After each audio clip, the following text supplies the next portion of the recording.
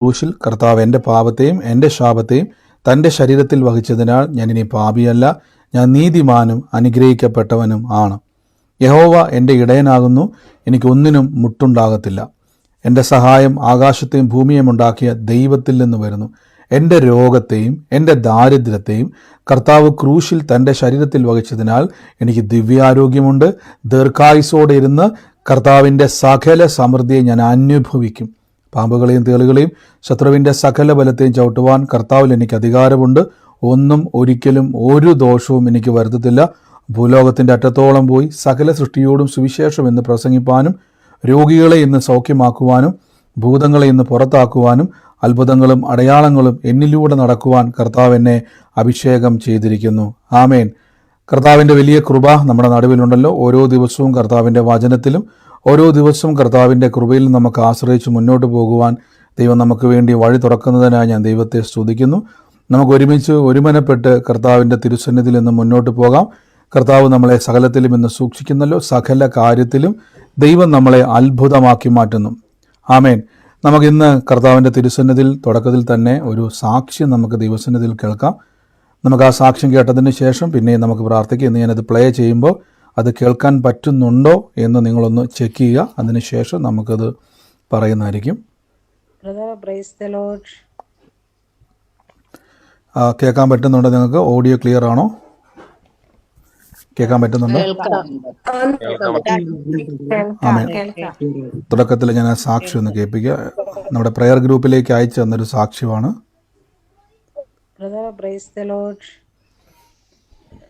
നിങ്ങളുടെ യൂട്യൂബ് ചാനലിൽ നിങ്ങളുടെ ടോക്ക് ഞാൻ കേട്ടിരുന്നു.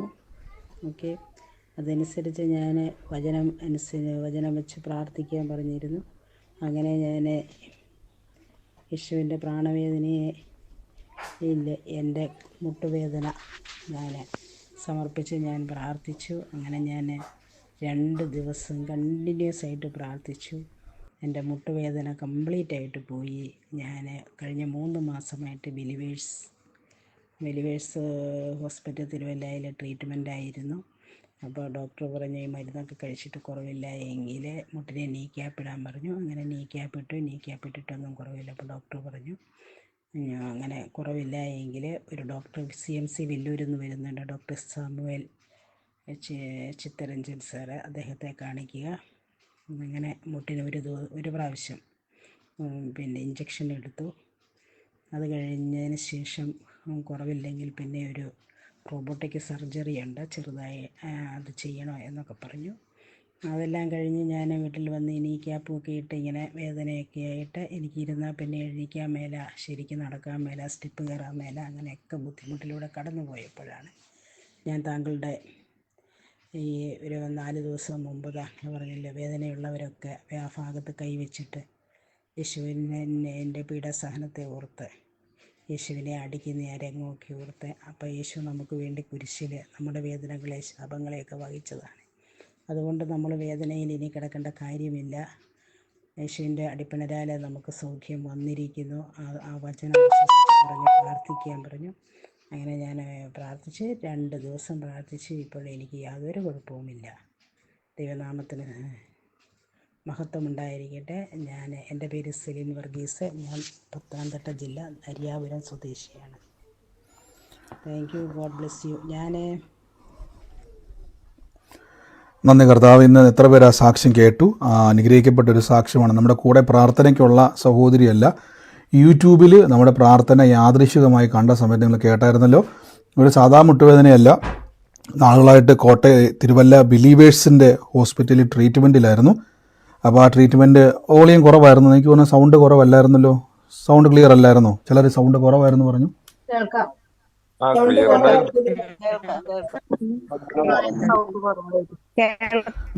ആമേൻ. അപ്പോൾ ബിലീവേഴ്സിൽ പറഞ്ഞ പോലെ തന്നെ ട്രീറ്റ്മെൻറ്റിലായിരുന്നു. കേട്ടല്ലോ നിങ്ങൾ. അതുപോലെ തന്നെ വളരെ നമുക്കറിയാം അവിടെയൊക്കെ ട്രീറ്റ്മെൻറ്റിനൊക്കെ വളരെ ബുദ്ധിമുട്ടാണ്, ചിലവേറിയ ചില ചികിത്സാ രീതികളിലൊക്കെ പോയി. പക്ഷെ ഒരു മാറ്റവും ഉണ്ടായില്ല. ഫേമസ് ആയിട്ടുള്ള പല ഡോക്ടർമാരും അവിടെ ട്രീറ്റ്മെൻറ്റിന് വിധേയമായി, പക്ഷെ ഒരു വ്യത്യാസവും ഉണ്ടായില്ല. അങ്ങനെ വേദനയാൽ ഭാരപ്പെട്ട് ട്രീറ്റ്മെൻറ്റിൽ ഇഞ്ചക്ഷൻ എടുത്ത് ഒത്തിരി റോബോട്ടിക് സർജറി വരെ പറഞ്ഞതാണ്. അങ്ങനെ വേദനയാൽ ഭാരപ്പെട്ടിരിക്കുന്ന സമയത്താണ് ആ വചനം കേട്ടത്. ആ വചനം കേട്ട സമയത്ത് നമ്മൾ ഒരുമിച്ച് എല്ലാ ദിവസവും പ്രാർത്ഥിക്കുന്നുണ്ട് രോഗികൾക്ക് വേണ്ടി. ആ പ്രാർത്ഥനയിൽ പങ്കുചേരുകയും ആ ഒരു വാക്ക് പറഞ്ഞു, യേശു എൻ്റെ വേദന വഹിച്ചു, ഞാൻ ഇനി വേദന എടുത്തിരിക്കേണ്ട ആളല്ല. കണ്ടോ വ്യത്യാസം കണ്ടോ? ആ ഒരു വചനവും പ്രാർത്ഥനയും ഏറ്റെടുത്ത് പറഞ്ഞ നിമിഷം 2 ദിവസം തുടർച്ചയായിട്ട് പറഞ്ഞുകൊണ്ടിരുന്നു. 3 മാസമായിട്ട് തുടർച്ചയായിട്ടുള്ള ട്രീറ്റ്മെൻറ്റ് ചെയ്തിട്ടും ഒരു വ്യത്യാസവും ഇല്ല. ഇനി റോബോട്ടിക് സർജറിക്ക് വേണ്ടി വിധേയപ്പെടാൻ വേണ്ടി റെഡിയായിരുന്ന വെല്ലൂരിൽ നിന്ന് അങ്ങനെയല്ല പറഞ്ഞു, ഡോക്ടർ വന്ന് നോക്കിയിട്ട് പോലും റെഡിയായില്ല. അങ്ങനെ പറഞ്ഞുകൊണ്ടിരുന്ന ആൾ 2 ദിവസം ഒരു മരുന്നും കഴിച്ചില്ല, ഒന്നും ചെയ്തില്ല. ആ കർത്താവിൻ്റെ വചനം പറഞ്ഞുകൊണ്ടിരുന്നപ്പോൾ തന്നെ അവിടെ അത്ഭുതകരമായ സൗഖ്യം കർത്താവ് ചെയ്തു. ഞാനൊരു കാര്യം ചോദിച്ചോട്ടെ, എന്തേലും ചെലവ് മുടക്കിയോ ആ പ്രാർത്ഥന സൗഖ്യം കിട്ടാൻ വേണ്ടി?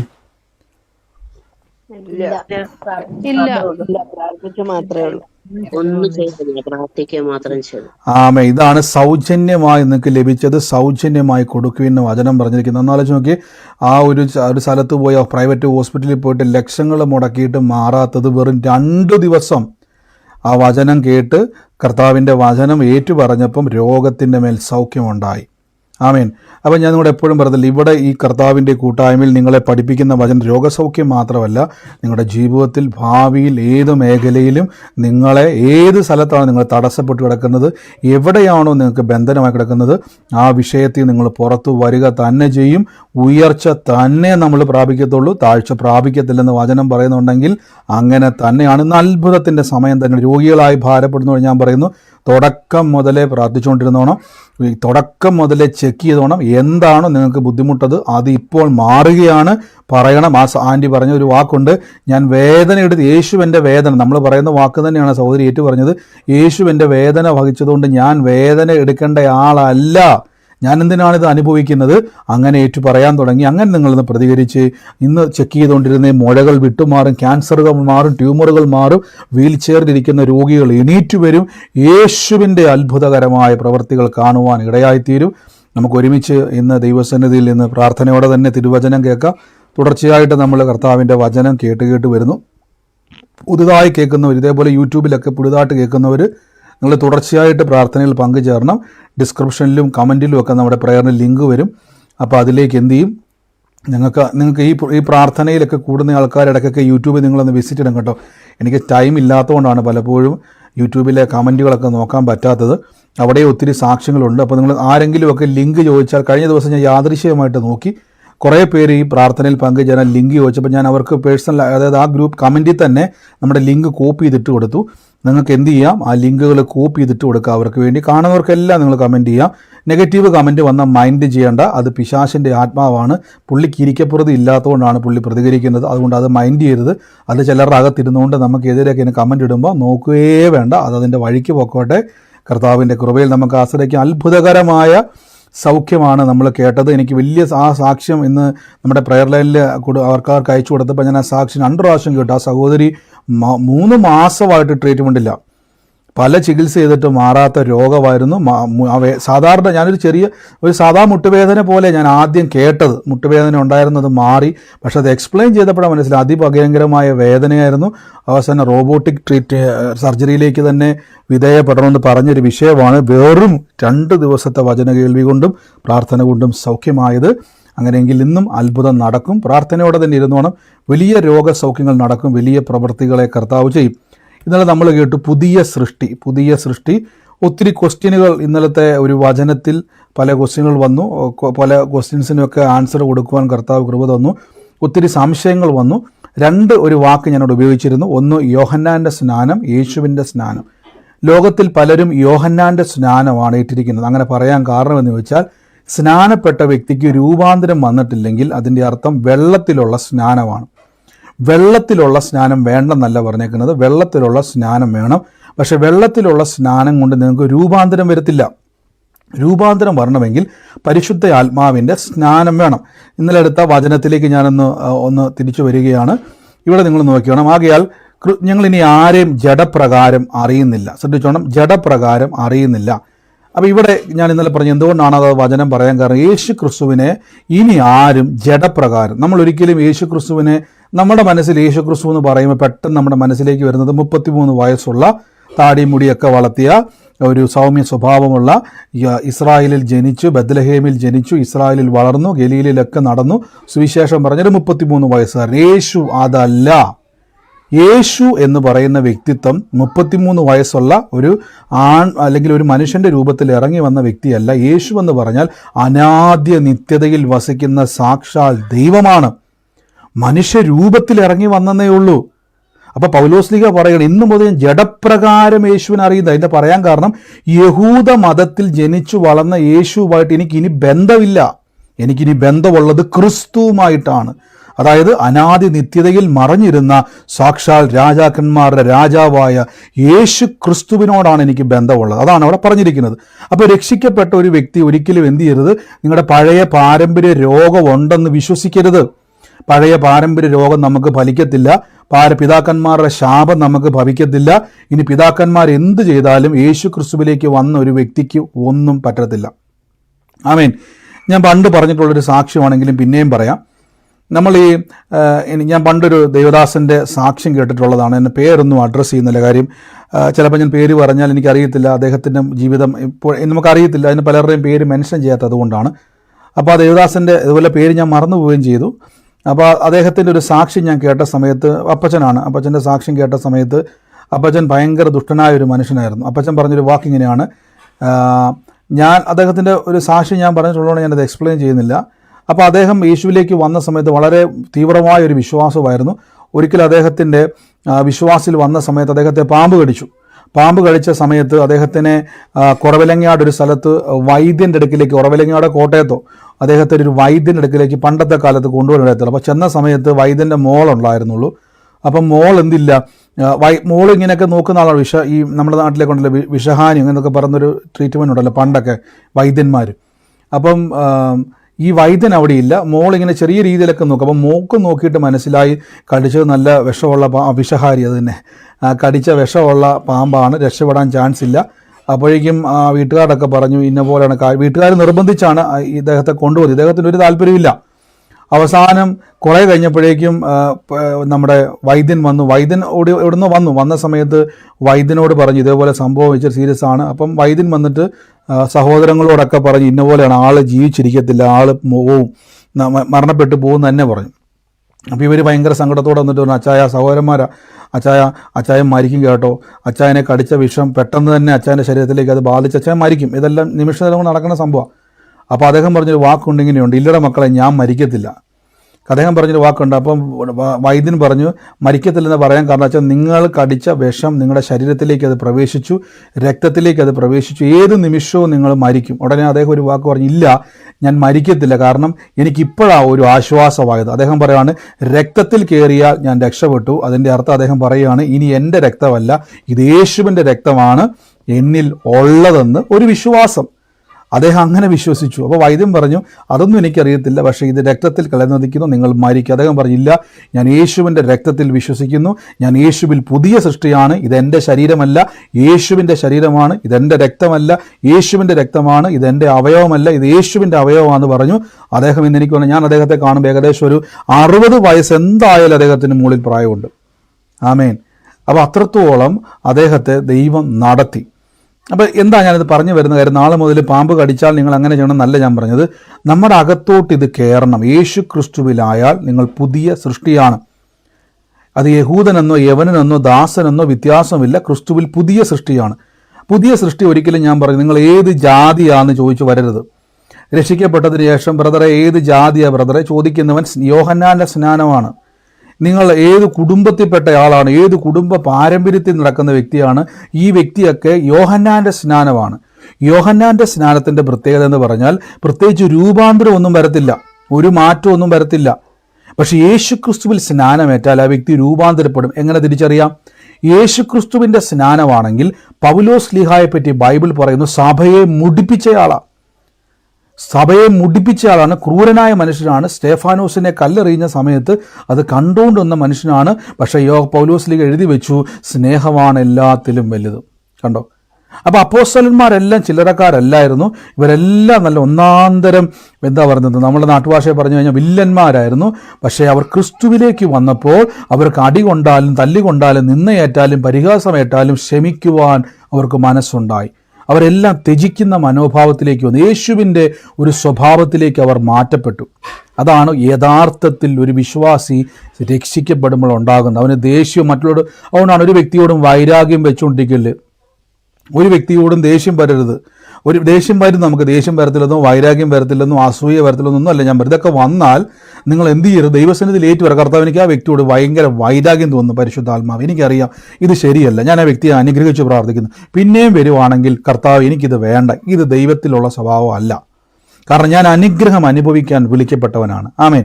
അപ്പോൾ ഇന്നലെ നമ്മൾ പറഞ്ഞു നിർത്തിയോത്തിന് തുടർച്ചയായിട്ട് പോവാണ്.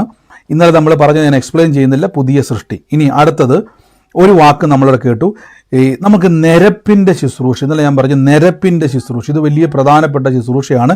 നിരപ്പിൻ്റെ ശുശ്രൂഷ. നിങ്ങൾ കർത്താവിൽ നിരപ്പ് പ്രാപിച്ച ഒരു വ്യക്തിയാണെങ്കിൽ നിങ്ങളുടെ ജീവിതത്തിൽ തടസ്സങ്ങൾ ഇനി കാണാൻ പറ്റത്തില്ല, തടസ്സങ്ങൾ നിൽക്കുവാൻ കഴിയത്തില്ല, തടസ്സങ്ങൾക്ക് നിങ്ങളുടെ മേൽ ഇനി പ്രവേശിക്കുവാൻ കഴിയത്തില്ല. ആമേൻ. ഞാനൊരു ഒരു ഒരു വ്യക്തിക്ക് വേണ്ടി വേഗത്തിൽ പ്രാർത്ഥിക്കാൻ കർത്താവോട് പറയുകയാണ്. വിജയകുമാർ എന്ന് പറയുന്ന ആരെങ്കിലും, അതുമായിട്ട് ബന്ധപ്പെട്ട ആരെങ്കിലും നമ്മുടെ പ്രാർത്ഥനയിലുണ്ടോ? വിജയകുമാർ എന്ന് പറയും, ഈ വ്യക്തിക്ക് ഒരു മോളുണ്ട്. വിജയകുമാർക്ക് ഒരു മോളെ ഞാൻ കാണുന്നുണ്ട്. വിജയകുമാർ എന്ന് പറയുന്ന വ്യക്തിക്ക് മോളുള്ള ഒരു വിജയകുമാറിന് വേണ്ടി പ്രാർത്ഥിക്കാനാണ് കാണിക്കുന്നത്. ഇന്ന് സൂമിലായിക്കോട്ടെ ലൈവിലായിക്കോട്ടെ ആ വ്യക്തിയുമായിട്ട് ബന്ധപ്പെട്ട ആരാണോ ഇവിടെ വേഗത്തിൽ ഇന്ന് പ്രാർത്ഥിക്കാൻ വേണ്ടി പറയുന്നു. യേശുവിൻ്റെ നാമത്തിൽ ഇന്ന് കർത്താവ് വലിയൊരു ആരാത്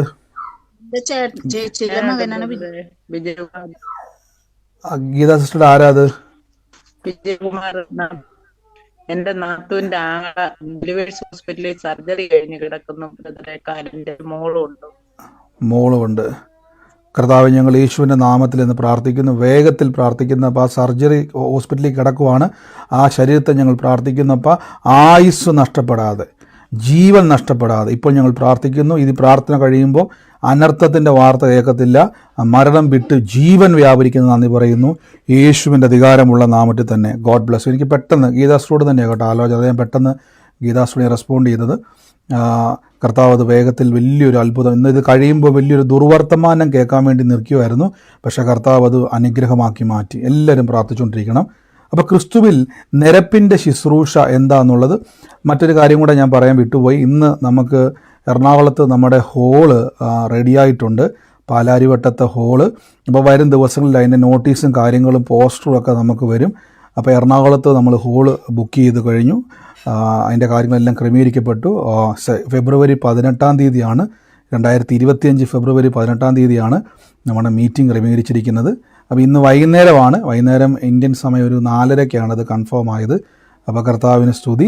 ആ ഹോൾ എനിക്ക് 500 പേരുടെ ഹോളാണ്, പാരിഷ് ഹോളാണ്. അവരുടെ ചർച്ച് ഓഫ് ഗോഡിൻ്റെ ഒരു ഹോളിൽ അവരുടെ പാരിഷ് ഹോളാണ് നമ്മൾ എടുത്തേക്കുന്നത്. കർത്താവിൻ്റെ കൃപയാൽ അതിൻ്റെ ബാക്കി ഡീറ്റെയിൽസൊക്കെ നമ്മുടെ ഗ്രൂപ്പുകളിലൊക്കെ വരും. അപ്പം യൂട്യൂബിലെ കാണുന്നവർ നിങ്ങളെ സ്വാഗതം ചെയ്യുന്നു. കർത്താവ് അനുഗ്രഹിക്കട്ടെ. അപ്പോൾ അതിൻ്റെ ബാക്കി ഡീറ്റെയിൽസുകൾ വരുന്നതായിരിക്കും. ഞാൻ നിങ്ങളോട് പെട്ടെന്ന് പറഞ്ഞതേ ഉള്ളൂ. ഇനി നാളെ വരും ദിവസങ്ങളിൽ തന്നെ കൊല്ലത്തെയും കോട്ടയത്തെയൊക്കെ ഹോളിൻ്റെ ഡീറ്റെയിൽസും ഒക്കെ നമുക്ക് വരും. കർത്താവ് നമ്മളെ സകലത്തിലും സൂക്ഷിക്കുന്നല്ലോ, എല്ലാം അത്ഭുതമാക്കി മാറ്റുന്നല്ലോ. ആമേൻ. അപ്പോൾ ഇവിടെ അടുത്ത വാക്യത്തിൽ പറയുന്നു, നിങ്ങളിപ്പോൾ ഈ വാക്ക് കണ്ട നിരപ്പിൻ്റെ ശുശ്രൂഷ, ദൈവം ക്രിസ്തു മൂലം നമ്മെ നിരപ്പിച്ചു. ഇത് വലിയ പ്രധാനപ്പെട്ട ഘടകമാണ്. ഇനി എവിടുന്നാണ് നമ്മെ നിരപ്പിച്ചത്? ശത്രുക്കളായിരിക്കുമ്പോൾ. അപ്പം നിരപ്പ് കിട്ടിയത് ശത്രുക്കളായിരുന്നപ്പോൾ തന്നെ തൻ്റെ പുത്രൻ്റെ മരണത്താൽ ദൈവം നമ്മോട് നിരപ്പ് വന്നു എങ്കിൽ, ഇവിടെ നോക്കിയ നിരപ്പിച്ചു. എവിടുന്നാണ്? പാപിയും ശത്രുവായിരുന്ന നമ്മെ ക്രിസ്തു മുഖാന്തരം നിരപ്പിച്ചു. എന്നിട്ട് പറയുകയാണ്, എങ്കിൽ നിരപ്പ് വന്ന ശേഷം നമ്മൾ കർത്താവിൻ്റെ ജീവനാൽ എത്ര അധികമായി രക്ഷിക്കപ്പെടും. ഈ വാക്ക് കണ്ടോണം. ശത്രുവായിരുന്ന എന്നെ മിത്രമാക്കി. ആര് മിത്രമാക്കി? യേശു ക്രിസ്തു വന്നിട്ട് ദൈവത്തിൻ്റെയും എൻ്റെ നടുവിൽ നിന്ന് ശത്രുത്വം കൊണ്ടുവന്ന പാപശാപ രോഗശക്തികളെ മുഴുവനും നീക്കം ചെയ്തിട്ട് ക്രിസ്തു യേശുവിൽ ദൈവം എന്നെ നിരപ്പിച്ചു. ഇനി ഞാനും ദൈവവും തമ്മിൽ മിത്രമാണ്. വലിയൊരു മർമ്മം. അതുകൊണ്ടാണ് രോഗത്തിന് വേണ്ടി പ്രാർത്ഥിക്കുമ്പോൾ ഒരു 10 രൂപ പോലും ചെലവില്ലാതെ, ഒരു പൈസ പോലും മുടക്കില്ലാതെ നിങ്ങളുടെ പെരക്കകത്തിരുന്നു കൊണ്ട് യേശുവിൻ്റെ തിരുമുറിവിനാൽ ഞാൻ സൗഖ്യത്തെ സ്വീകരിക്കുമെന്ന് പറയുമ്പോൾ എത്ര വലിയ തടസ്സമാണെങ്കിലും, എത്ര മാരക രോഗമാണെങ്കിലും, കിടപ്പിൽ കിടക്കുവാണെങ്കിലും, മരണം വിധി പറഞ്ഞതാണെങ്കിലും യേശുവിൻ്റെ നാമത്തിൽ അത്ഭുതം സ്വർഗത്തിൽ നിന്ന് നടക്കുന്നതിൻ്റെ കാരണം നിങ്ങൾ ദൈവത്തിൻ്റെ ശത്രുവല്ല, നിങ്ങളിപ്പോൾ ദൈവത്തിൻ്റെ മിത്രമായിരിക്കുന്നു. ഈ ഒറ്റ കാരണം കൊണ്ടാണ് അത്ഭുതം നടക്കുന്നത്.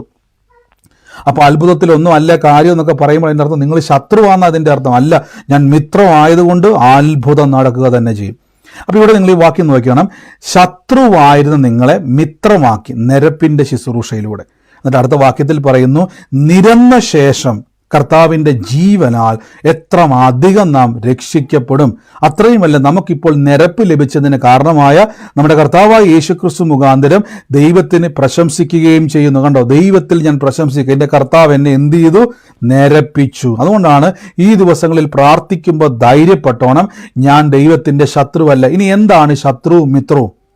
ശത്രുവും മിത്രവും തമ്മിലുള്ള വ്യത്യാസം ഞാൻ പറഞ്ഞു തരാം. ശത്രുവിൻ്റെ അടുക്ക പോയിട്ട് നമുക്ക് ഒരിക്കലും ഒരു സഹായം ചോദിക്കാൻ കഴിയത്തില്ല. പാകിസ്ഥാനിൽ പോയിട്ട് നിങ്ങളിപ്പോൾ പറയുകയാണ്, എനിക്ക് കുറച്ച് കാശിൻ്റെ ആവശ്യമുണ്ടൊന്ന് മറിക്കാൻ തരാമെന്ന് വെച്ച് കഴിഞ്ഞാൽ പാകിസ്ഥാനി എന്ത് ചെയ്യും? നിങ്ങളെ വെടിവെക്കും അല്ലേ? ഞാൻ നമ്മുടെ നാട്ടുഭാഷ, നമുക്ക് പാകിസ്ഥാനിൽ നിന്നോ ബംഗാളിൽ നിന്നൊന്നുമില്ല, ക്രിസ്തുവിൽ എല്ലാവരെയും നേടേണ്ടവരാ. പക്ഷെ നമ്മളായിരിക്കുന്ന രാജ്യവും തമ്മിൽ എന്ത് ചെയ്യുന്നില്ല? പ്രാർത്ഥിക്കണം. നമുക്കൊരിക്കലും ആരോടും ശത്രുതയില്ല, സ്നേഹമാണ്. അപ്പം നമ്മുടെ ഉപമ പറഞ്ഞതാണ്. അപ്പോൾ ശത്രു രാജ്യവും നമ്മൾ കുഞ്ഞുനാൾ മുതലേ പറഞ്ഞു പഠിച്ചു അല്ലേ? അപ്പോൾ ഒരിക്കലും മിത്രമല്ല. പക്ഷെ എന്നാൽ ചില രാജ്യങ്ങൾ, അപ്പോൾ അമേരിക്കയും ഇന്ത്യയും മിത്രങ്ങളാണ്. അമേരിക്കയും മറ്റ് രാജ്യങ്ങളും തമ്മിൽ മിത്രങ്ങളാണ്. അപ്പം മിത്രത്തിൻ്റെ പ്രത്യേകത എന്ന് പറഞ്ഞാൽ അങ്ങോട്ടും ഇങ്ങോട്ടും പോക്കുവരവുകൾ, സ്നേഹബന്ധങ്ങൾ, കൊടുക്കൽ വാങ്ങലുകൾ, ഇതിങ്ങനെ നടന്നുകൊണ്ടേയിരിക്കും. എന്നാൽ ശത്രു രാജ്യവുമായിട്ട് എന്തല്ല, നമ്മൾ ടേംസിലല്ല. അവർ നമ്മളെപ്പോഴും അങ്ങോട്ടും ഇങ്ങോട്ടും കൊടുക്കൽ വാങ്ങലുകൾ സംഭവിക്കുന്നത് വളരെ വിരളമായിരിക്കും. എന്നാൽ അത് എപ്പോഴും ഒരു ശത്രുതയ്ക്കകത്തുള്ള കൊടുക്കൽ വാങ്ങലായിരിക്കും, സ്നേഹമല്ല. എന്നാൽ മിത്രങ്ങൾ തമ്മിലൊരു സ്നേഹബന്ധമാണ്. ഒരു കാര്യം ഉറപ്പിച്ചോണം, നിങ്ങൾക്കൊരു വിഷമം വന്നാൽ എൻ്റെ യേശുവേ അപ്പാ എനിക്ക് ഇതിൽ നിന്ന് രക്ഷപ്പെടണമെന്ന് പറഞ്ഞാൽ ശത്രുവല്ല, ദൈവം മിത്രമായതുകൊണ്ട് ഓടി നമ്മുടെ വീട്ടിലേക്ക് വരും. ഞാനൊരു കാര്യം ചോദിച്ചോട്ടെ, നിങ്ങളുടെ സുഹൃത്തുക്കൾക്ക് നിങ്ങൾക്കൊരു വിഷയം വന്നാൽ നിങ്ങൾ പറയാം, എൻ്റെ കൂട്ടുകാരി ഞാൻ വലിയൊരു പ്രശ്നത്തിലാണെന്ന് പറയുന്നത്, നിനക്ക് അത് തന്നെ വരുന്ന കൂട്ടുകാരിയാണോ നിങ്ങൾക്കുള്ളത്? അതൊരു പ്രശ്നം വന്നാൽ ഓടി വരുന്ന കൂട്ടുകാരാണോ നമുക്കുള്ളത്? പറ. ഓടി വരുന്ന കൂട്ടുകാർ. അപ്പൊ അങ്ങനെ വരുന്നത് കൊണ്ടാണ് നമ്മൾ കൂട്ടുകാരെന്ന് പറയുന്നത് അല്ലേ? നമുക്കൊരു പ്രശ്നം വന്നാൽ, ഒരു സഹായം നമുക്ക് ആവശ്യം വന്നാൽ നമ്മൾ പറയത്തില്ല, ഒരു പ്രശ്നം വരുമ്പോൾ നമുക്കറിയാം യഥാർത്ഥ കൂട്ടുകാരൻ ആരാന്ന്. അതേപോലെ തന്നെ ഇപ്പോൾ ദൈവം എൻ്റെ ശത്രുവല്ല, മിത്രമാണെങ്കിൽ എനിക്കൊരു പ്രശ്നം വന്നാൽ എൻ്റെ ദൈവം എനിക്ക് ഓടി വന്ന് അവൻ വേഗത്തിൽ എന്നെ വിടിവിക്കും. ആമേൻ. ഇങ്ങനെ എനിക്ക് സാധ്യമാക്കി തന്ന ദൈവമാണ് ക്രിസ്തു. അതുകൊണ്ടാണ് ബൈബിൾ പറഞ്ഞിരിക്കുന്നത്, നാം ദൈവത്തിൽ പ്രശംസിക്കണം. ഏത് പ്രതിസന്ധിയിലൂടെ കടന്നു പോയാലും ആരെങ്കിലും പറയുക, നിന്റെ കുറവ് കൊണ്ടാണ് നിന്റെ കുടുംബം രക്ഷപ്പെടാത്തത്, നിന്റെ പ്രാർത്ഥനയുടെ കുറവ് കൊണ്ടാണ് ഈ കുടുംബം നശിക്കുന്നത്, നിന്റെ കുഴപ്പം കൊണ്ടാണ് നിന്റെ ജീവിതം രക്ഷപ്പെടാത്തത് ആരെങ്കിലും പറഞ്ഞാൽ ഞാൻ പറയുന്നു, ആ പറയുന്നവൻ പിശാചിൻ്റെ ആത്മാവുള്ളവനാണ്. അവരെ നോക്കി പറയണം, എൻ്റെ കുറവ് നോക്കിയിട്ടല്ല കർത്താവ് എന്നെ സ്നേഹിക്കുന്നത്. ഞാൻ ശത്രുവായിരുന്നപ്പോൾ എൻ്റെ സമ്മതം പോലും ചോദിക്കാതെ, എൻ്റെ ഒരു ഇഷ്ടം പോലും ചോദിക്കാതെ എനിക്ക് വേണ്ടി മരിച്ച എൻ്റെ യേശു എൻ്റെ കുറവ് നോക്കത്തില്ല, എൻ്റെ കഴിവ് നോക്കത്തില്ല, എൻ്റെ പ്രാർത്ഥനയുടെ അളവ് നോക്കത്തില്ല. അവൻ എന്നെ സ്നേഹിച്ചതുകൊണ്ട്, ഞാനിപ്പോൾ ദൈവത്തിൻ്റെ മിത്രമായതുകൊണ്ട് എൻ്റെ കർത്താവ് എൻ്റെ പ്രാർത്ഥനയ്ക്ക് മറുപടി നൽകും. ഇത് കോൺഫിഡൻസിൽ വളരണം. ആമേൻ. അതുകൊണ്ട് നിങ്ങൾക്ക് ഞാൻ ഈ വാക്യത്തിലേക്ക് മടങ്ങി വരാം, അടുത്തൊരു വാക്യത്തിലേക്ക് വരാം. എഫേസ്യ ലേഖനം 2-ാം അധ്യായത്തിൽ പറഞ്ഞിരിക്കുന്നു, ക്രൂശിൽ വെച്ച് ശത്രുത്വം ഇല്ലാതാക്കി. ശ്രദ്ധിച്ചോണം, ക്രൂശിൽ വെച്ച് ശത്രുത്വം ഇല്ലാതാക്കി ഇരുപക്ഷത്തെയും ഏക ശരീരത്തിൽ ദൈവത്തോട് നിരപ്പിച്ചു. ഇതാണ് കർത്തൃമേശ. നമ്മൾ ഈ കർത്താവിൻ്റെ മേശ കൊണ്ടുവരുന്ന സമയത്ത് ഈ വലിയൊരു മർമ്മം നിങ്ങൾ മനസ്സിലാക്കണം. ഇത് നിങ്ങളെ ശത്രുവല്ല, ദൈവത്തിൻ്റെ മിത്രമാക്കിയെന്ന് വചനം പറയുന്നു. ശ്രദ്ധിച്ചോണം. അപ്പം മിത്രമാക്കിയെന്ന് കർത്താവിൻ്റെ വചനം പറയുമ്പോൾ വചനത്തിൽ പറയുകയാണ്, ശത്രുക്കളായിരുന്ന നിങ്ങളെ വചനം പറയുന്നു ക്രൂശിൽ വെച്ച് ശത്രുത്വം ഇല്ലാതാക്കി. ശത്രുത്വം എവിടെ വെച്ച് ഇല്ലാതാക്കിയത്? ഇനി ദൈവത്തിന് നിങ്ങളെ നോക്കി ചിരിക്കാതിരിക്കാൻ പറ്റത്തില്ല. ഇനി നിങ്ങൾക്ക് ഇപ്പോൾ ദൈവം നിങ്ങൾ വിളിക്കുമ്പോൾ നിങ്ങൾ പ്രാർത്ഥിക്കുക, കർത്താവേ എൻ്റെ കാര്യത്തിൽ എന്തെങ്കിലുമൊക്കെ എനിക്ക് രക്ഷിക്കണേ എന്ന് പറയുമ്പം കർത്താവ് പറയുക, ഒരു രക്ഷയില്ലെന്ന് ദൈവത്തിന് ഇനി പറയാൻ പറ്റത്തില്ല. ക്ഷമിക്കണം, അങ്ങനെ പറയുന്നത് കൊണ്ട് ഈ ഒരു വാക്ക് ഞാനൊന്ന് വ്യാഖ്യാനിച്ചതാണ്. കാര്യം എന്താണെന്നറിയാവോ? നിങ്ങളുടെ ശത്രുത്വത്തെ യേശു എന്ത് ചെയ്തു? ക്രൂശിൽ വെച്ച് ഇല്ലാതാക്കി. ഇനി ദൈവത്തിന് എന്നോട് കൂടിയേ പറ്റത്തുള്ളൂ. ഒരു സ്തോത്രം പറഞ്ഞാട്ടെ. ഇനി കർത്താവിന് എന്നെ രക്ഷിച്ചേ പറ്റത്തുള്ളൂ. ഇനി കർത്താവിന് എൻ്റെ പ്രാർത്ഥനയ്ക്ക് മറുപടി നൽകിയേ പറ്റത്തുള്ളൂ. ഞാനിങ്ങനെ പറഞ്ഞുകൊണ്ട് ക്ഷമിക്കണം, ഞാൻ ഈ ഒരു വാക്യം ഒന്ന് വ്യാഖ്യാനിക്കുവാണേ. കാര്യം ശത്രുത്വത്തെ ഇല്ലാതെയാക്കി. ശത്രുത്വത്തെ, നിങ്ങൾ ആ വാക്ക് നോക്കി, ശത്രുത്വത്തെ ഇല്ലാതെയാക്കി. ഓ ജീസസ്, എങ്ങനെ ഇല്ലാതാക്കിയെന്ന് അറിയാമോ? അങ്ങോട്ടും ഇങ്ങോട്ടും ഷെയ്ക്കാൻഡ് കൊടുത്തിട്ട് എല്ലാം പറഞ്ഞ് കോംപ്രമൈസ് ആക്കിയെന്ന് പറഞ്ഞ് പോകുമല്ല, വില കൊടുത്തിട്ടാണ് ഇല്ലാതാക്കിയത്. എങ്ങനെ വില കൊടുത്തെന്നറിയാവോ? ഇരുപക്ഷത്തെയും ഏക ശരീരത്തിൽ, കർത്താവിൻ്റെ ശരീരം തകർക്കപ്പെട്ടതിലൂടെ, പാപത്തിൻ്റെ ശമ്പളമായ മരണം വഹിച്ചതിലൂടെ ദൈവവും നിങ്ങളും തമ്മിലുള്ള ശത്രുത്വത്തെ ഇല്ലാതാക്കി. ഇനി ഒരു കാര്യം ഉറപ്പിച്ചോണം, ബ്രദറെ, എൻ്റെ പ്രാർത്ഥനയ്ക്ക് മറുപടി കിട്ടുമോ എന്നൊരു ക്വസ്റ്റ്യൻ മാർക്ക് ഇനി നമ്മുടെ ജീവിതത്തിലില്ല. നമുക്കിനി ക്വസ്റ്റ്യൻ മാർക്ക് ഇല്ല നമ്മുടെ ജീവിതത്തിൽ. പകരം എൻ്റെ ദൈവം എനിക്ക് മറുപടി നൽകും. കാരണം എന്നാണെന്നറിയാവോ? ശത്രുവല്ല, മിത്രവാ. വിളിച്ചാൽ ഓടിയെത്തുന്ന എൻ്റെ കർത്താവ്. വചനം പറയുന്നു, ഏക ശരീരത്തിൽ ദൈവത്തോട് നിരപ്പിച്ചു. ആമേൻ. ശ്രദ്ധിച്ചോണം. എന്നിട്ട് പറയുകയാണ്, കർത്താവ് വന്ന് ദൂരത്തായിരുന്ന നിങ്ങളെ സമാധാനവും സമീപത്തുള്ളവർക്ക്, അതാണ് യഹൂദന്മാരെ പറ്റി ആദ്യം പറഞ്ഞത്, നമ്മളെപ്പറ്റി പറയുകയാണ്. ദൂരത്തായിരുന്ന നമ്മളെ ജാതികളാണ്, സമീപത്ത് കടന്നിരുന്നത് യഹൂദന്മാർ, അവർക്ക് എന്ത് ചെയ്തു? സമാധാനം സുവിശേഷിച്ചു കൊടുത്തു. എന്നിട്ട് പറയുകയാണ്, കർത്താവായ യേശുക്രിസ്തു മുഖാന്തരം നമുക്ക് ഇരുപക്ഷക്കാർക്കും, അതായത് യഹൂദനും യവനനും, അതായത് ജാതികളായ നമുക്കും ഏക ആത്മാവിനാൽ പിതാവിലേക്ക് പ്രവേശനമുണ്ട്. എൻ്റെ പ്രിയരെ നോക്കിയേ, പിതാവിരിക്കുന്നത് സ്വർഗത്തിലാണ്. ആ പിതാവിലേക്ക് കർത്താവായ യേശുക്രിസ്തുവിലൂടെ ശത്രുത മാറ്റിയപ്പോൾ അതേ നമ്മൾ എന്ത് ചെയ്തു? പിതാവിൻ്റെ അടുക്കിലേക്ക് പ്രവേശനം വന്നു. ആമേൻ. അടുത്ത വാക്യത്തിൽ ഇങ്ങനെ പറഞ്ഞിരിക്കുന്നത്, ആകയാൽ നിങ്ങൾ ഇനി അന്യനല്ല, പരദേശിയല്ല, വിശുദ്ധന്മാരും, ശ്രദ്ധിച്ച്, നിങ്ങൾ വിശുദ്ധന്മാരുടെ സഹപൗരന്മാരും ദൈവത്തിൻ്റെ ഭവനക്കാരുമത്രേ. അയ്യോ എൻ്റെ പ്രിയരെ, നിങ്ങൾ ഈ വാക്യം നോക്കി. നിരപ്പ് വന്നതിന് ശേഷം കർത്താവ് ഒരു കാര്യം ചെയ്യും, നീ ഇനി കോട്ടയത്ത് നിൽക്കണ്ട, നീ ഇനി തിരുവനന്തപുരത്ത് നിൽക്കണ്ട, നീ ഇനി എന്ത് ചെയ്യണ്ട, കൊല്ലത്ത് നിൽക്കണ്ട, ഇനി കയറിപ്പോര്. എങ്ങോട്ട്? ദൈവത്തിൻ്റെ ഭവനത്തിലേക്ക്. അപ്പം ഈ ദൈവത്തിൻ്റെ ഭവനത്തിൽ ഇരിക്കുമ്പോൾ നിങ്ങൾ അല്ല ബ്രദറെ, ഞാൻ എൻ്റെ കൊല്ലത്തുള്ള വീടിൻ്റെ അകത്തിരുന്നുകൊണ്ട് ഇപ്പം കടഭാരത്തിൻ്റെ അകത്തും രോഗത്തിൻ്റെ അകത്തും ഒക്കെ ഇങ്ങനെ ഭാരപ്പെടുക. ബ്രദർ പറയുമ്പോൾ നല്ല രസമാണ് ഇതൊക്കെ കേൾക്കാൻ വേണ്ടി. നമ്മളെന്തോ ഒരു മായാലോകത്തിലേക്ക്, പ്രിയരെ, ഇത് മായാലോകമല്ല, നിങ്ങളെ ആക്കി വെച്ചിരിക്കുന്ന സ്ഥലമാണ്. പിന്നെ എന്തുകൊണ്ടാണ് ഇത് കാണാൻ കഴിയാത്തത്?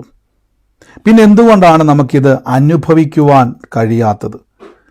എന്തുകൊണ്ടാണ് നമ്മുടെ ജീവിതത്തിലേക്ക് ഇത് സംഭവിക്കാത്തത്? സംശയം വന്നില്ലേ? ഇനി എന്താണെന്നുള്ളത് ഞാൻ പറഞ്ഞു തരാം. കഴിഞ്ഞ ദിവസം റീത്ത സഹോദരി ചോദിച്ച ഡൗട്ട് ഞാൻ കണ്ടായിരുന്നു. അജയ സഹോദരി എനിക്കത് അയച്ചു തന്നായിരുന്നു. ആ പ്രാർത്ഥനയുടെ കാര്യങ്ങളുമൊക്കെ ആയിട്ട് ഇതിന് ബന്ധമുണ്ട്. ഞാൻ ദിവസം റിപ്ലൈ തരാൻ എനിക്ക് പറ്റാത്തതുകൊണ്ടാണ്. ഞാൻ റിപ്ലൈ തരും. അതൊരു മെസ്സേജായിട്ട് തന്നെ റിപ്ലൈ വരുന്നുണ്ട്. അതുകൊണ്ടാണ് ഞാൻ ആ സമയത്ത് റിപ്ലൈ തരാഞ്ഞത്. അപ്പോൾ ഇവിടെ നിങ്ങൾ നോക്കിക്കണം. അപ്പോൾ നമ്മളിപ്പോൾ ആരാണ്? അന്യനല്ല, പരദേശിയല്ല, വിശുദ്ധന്മാരുടെ സഹപൗരന്മാർ. അപ്പോൾ നമ്മൾ ആരാ? നമ്മളെല്ലാ വർഷവും വിശുദ്ധന്മാരെ പ്രഖ്യാപിക്കുമ്പോൾ ബൈബിൾ പറയുകയാണ്, യേശുവിലുള്ള വ്യക്തി വിശുദ്ധനാണ്. സഹപൗരന്മാരും ദൈവത്തിൻ്റെ ഭവനക്കാരനും. ഇതെന്നാ നിരപ്പാണ് വന്നേക്കുന്നത്? പണ്ട് യഹൂദന്മാരുടെ കാലഘട്ടത്തിൽ ഒരു ആടിനെ എടുത്തുകൊണ്ട് വന്ന് അതിൻ്റെ തലമേൽ കൈവച്ച് സകല പാപത്തെയും വഹിച്ച് അതിനെ അറുത്ത് രക്തം തളിക്കുമ്പോഴേക്കും ഒരു വർഷത്തേക്ക് യഹൂദന് പാപമോചനം ലഭിക്കും. പക്ഷേ അവൻ അപ്പം നിൽക്കുന്ന എവിടെയാ? പ്രാകാരത്തിലാണ്, ദൈവത്തിൻ്റെ സന്നിധിയിലല്ല, പുറത്താണ് നിൽക്കുന്നത്. ഇപ്പം നമ്മളോട് പറയുകയാണ്, ദൈവത്തിൻ്റെ വീട്ടിൽ ഇരിക്കുക. ഒന്ന് ആലോചിച്ച് നോക്കി. ദൈവത്തിൻ്റെ വീട്ടിൽ കയറിയിരുന്നുകൊണ്ട് നിങ്ങൾ ഒന്ന് ആലോചിച്ച്, നിങ്ങൾ ആരാന്നുള്ള ഒരു ബോധത്തിലേക്ക് ഒന്ന് വാ. ദൈവത്തിൻ്റെ ഭവനക്കാരൻ, ദൈവത്തിൻ്റെ ഭവനക്കാരൻ. ഹല്ലേലൂയ. അപ്പം ഈ ദൈവത്തിൻ്റെ ഭവനത്തിലിരിക്കുമ്പം എനിക്ക് ഫീൽ ചെയ്യുന്നത് എൻ്റെ ഭവനത്തിലാണ്. ഈ വൈകുന്നേരം ജയ സിസ്റ്റർ എനിക്കൊരു മെസ്സേജ് അയച്ച സമയത്ത് ഇന്ന് റിപ്ലൈ കൊടുത്തിട്ടുണ്ടായിരുന്നു. അപ്പോൾ ആ റിപ്ലൈയിൽ ഞാൻ ഇങ്ങനെ പറഞ്ഞു, നമ്മൾ പലപ്പോഴും റിയാലിറ്റി, നമ്മൾ നിൽക്കുന്ന ഈ ബൈബിളിൻ്റെ ഒരു ടേമുണ്ട്. ആദ്യം നിങ്ങളത് മനസ്സിലാക്കണം. ഞാനിപ്പോൾ ഉദാഹരണം പറഞ്ഞാൽ, ഒരു മൊബൈൽ ഫോൺ, പുതിയൊരു മൊബൈൽ ഫോൺ മേടിച്ചുകൊണ്ട് വന്നിട്ട് എത്ര പേര് അത് ഉപയോഗിച്ചിട്ടുണ്ട്? പുതിയ മൊബൈൽ ഫോൺ മേടിച്ചിട്ട് എത്ര പേര് ഉപയോഗിച്ചിട്ടുണ്ട്?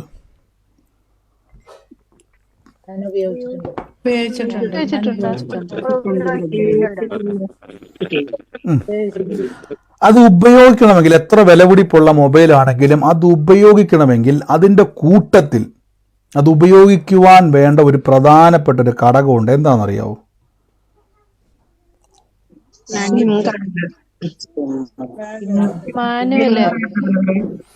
വാറണ്ടി കാർഡും മാനുവലൊക്കെ ഒന്നില്ലേലും ഒക്കെ സുഖമായിട്ട് ഉപയോഗിക്കാം. പക്ഷെ അതിൻ്റെ ഒരു ചാർജറുണ്ട്. എത്ര വില കൂടിയ മൊബൈലാണെങ്കിലും അത് പ്രവർത്തിക്കണമെങ്കിൽ ഒരു ചാർജറുണ്ട്. ഈ ചാർജർ പ്ലഗ് ചെയ്യാതെ, അത് ചാർജ് ആക്കാതെ ആർക്കും എന്ത് ചെയ്യാൻ കഴിയത്തില്ല. എത്ര വില കൊടുത്ത് നിങ്ങൾ മേടിച്ച മൊബൈലാണെങ്കിലും എന്ത് ചെയ്യാൻ കഴിയും. അതുകൊണ്ടാണ് പല കമ്പനിക്കാരും മൊബൈൽ തരുമ്പോൾ ഇപ്പോൾ എന്ത് ചെയ്യാറില്ല, ചാർജർ. നമ്മൾ പറയാം അതില്ലേലും കുഴപ്പമില്ല, വേണ്ട, അത് വേണം, അതില്ലേലും കുഴപ്പമില്ലെന്നല്ല, അത് വേണം, അതുണ്ടെങ്കിൽ മാത്രമേ പ്രവർത്തിക്കൂ. ഇതാണ് അതിൻ്റെ ഒരു ടേമാണത്. ഇത് പ്രവർത്തിക്കണമെങ്കിൽ ഇത് വേണം. അതേപോലെ വചനം പ്രവർത്തിക്കണമെങ്കിൽ ബൈബിളിലൊരു ടേമുണ്ട്, ബൈബിളിലൊരു ട്യൂണുണ്ട്, ബൈബിളിനൊരു പ്രോസസ്സിംഗ് ഉണ്ട്. എന്താണ് പ്രോസസ്സിംഗ് എന്ന് ചോദിച്ചു കഴിഞ്ഞാൽ, ഈ വചനമെല്ലാം കേട്ട് കിടന്നുറങ്ങിയാൽ ഇത് സംഭവിക്കത്തില്ല. നിങ്ങൾ ലോകം മുഴുവൻ കറങ്ങി നടന്ന് ആ ബ്രദറിൻ്റെ പ്രാർത്ഥന, ഈ ബ്രദറിൻ്റെ പ്രാർത്ഥന, ഈ പുരോഹിതൻ്റെ പ്രാർത്ഥന, അവിടെ പ്രാർത്ഥന, ഇവിടെ പ്രാർത്ഥന, മൊത്തം കറങ്ങി നടന്നുകൊണ്ട് ഇത് പ്രവർത്തിക്കത്തില്ല. വചനം പ്രവർത്തിക്കണമെങ്കിൽ ഈ കേട്ട വചനത്തെ ഞാൻ എന്ത് ചെയ്യണം? ഇന്ന് ഞാൻ തുടക്കത്തിൽ കേട്ട ആ ഒരു സാക്ഷ്യത്തിൻ്റെ ചില വാക്കുകൾ ഞാൻ ഒന്നും കൂടെ ഒന്ന് കേൾപ്പിക്കാവേ. നിങ്ങൾക്ക് ഇതിൻ്റെ അകത്ത് നിന്ന് എന്തെങ്കിലുമൊക്കെ ഒന്ന് മനസ്സിലായെന്ന് ശ്രദ്ധിച്ച് നോക്കിയാണ്. ഞാൻ ഇവിടെ പകുതി മൂല കേൾപ്പിക്കത്തുള്ളത്, കേട്ടത് കൊണ്ടാണ്. ചിത്തരഞ്ജൻ സാറ് അദ്ദേഹത്തെ കാണിക്കുക. അങ്ങനെ മുട്ടിന് ഒരു പ്രാവശ്യം പിന്നെ ഇഞ്ചക്ഷൻ എടുത്തു. അത് കഴിഞ്ഞതിന് ശേഷം കുറവില്ലെങ്കിൽ പിന്നെ ഒരു റോബോട്ടിക് സർജറി ഉണ്ട്, ചെറുതായി അത് ചെയ്യണം എന്നൊക്കെ പറഞ്ഞു. അതെല്ലാം കഴിഞ്ഞ് ഞാൻ വീട്ടിൽ വന്ന് ഇനി ക്യാപ്പൊക്കെ ഇട്ട് ഇങ്ങനെ വേദനയൊക്കെ ആയിട്ട് എനിക്ക് ഇരുന്നാൽ പിന്നെ എഴുന്നേക്കാൻ മേല, ശരിക്കും നടക്കാൻ മേല, സ്റ്റെപ്പ് കയറാൻ മേല, അങ്ങനെയൊക്കെ ബുദ്ധിമുട്ടിലൂടെ കടന്നു പോയപ്പോഴാണ് ഞാൻ താങ്കളുടെ ഈ ഒരു 4 ദിവസം മുമ്പ് താങ്കൾ പറഞ്ഞില്ല, വേദനയുള്ളവരൊക്കെ ആ ഭാഗത്ത് കൈവച്ചിട്ട് യേശുവിനെ എൻ്റെ പീഡാസഹനത്തെ ഓർത്ത്, യേശുവിനെ അടിക്കുന്ന ആ രംഗമൊക്കെ ഓർത്ത്, അപ്പോൾ യേശു നമുക്ക് വേണ്ടി കുരിശിൽ നമ്മുടെ വേദനകളെ ശാപങ്ങളെയൊക്കെ വഹിച്ചതാണ്. അതുകൊണ്ട് നമ്മൾ വേദനയിൽ ഇനി കിടക്കേണ്ട കാര്യമില്ല. യേശുവിൻ്റെ അടിപ്പിണരാൽ നമുക്ക് സൗഖ്യം വന്നിരിക്കുന്നു. ആ വചനം വിശ്വസിച്ച് പറഞ്ഞ് പ്രാർത്ഥിക്കാൻ പറഞ്ഞു. അങ്ങനെ ഞാൻ പ്രാർത്ഥിച്ച് 2 ദിവസം പ്രാർത്ഥിച്ച് ഇപ്പോൾ എനിക്ക് യാതൊരു കുഴപ്പവുമില്ല. ഇനി നിങ്ങൾ ശ്രദ്ധിച്ച് നോക്കിയാണേ, ആ സഹോദരി 4 ദിവസം മുമ്പാണ് അത് കേൾക്കുന്നത്. 2 ദിവസം ആ സഹോദരി എന്തത് കേട്ടത് കൊണ്ട് സൗഖ്യം നടന്നില്ല. എന്ത് ചെയ്തപ്പോഴാണ് അവളെ എത്തിപ്പോ ഒരു സൗണ്ട് മൊബൈലിൻ്റെ റെക്കോർഡിങ്ങിൻ്റെ സമയത്ത് കയറി വന്ന് എന്താ പുള്ളിക്കാരി സഹോദരി പറഞ്ഞത്? 2 ദിവസം എന്ത് ചെയ്തു?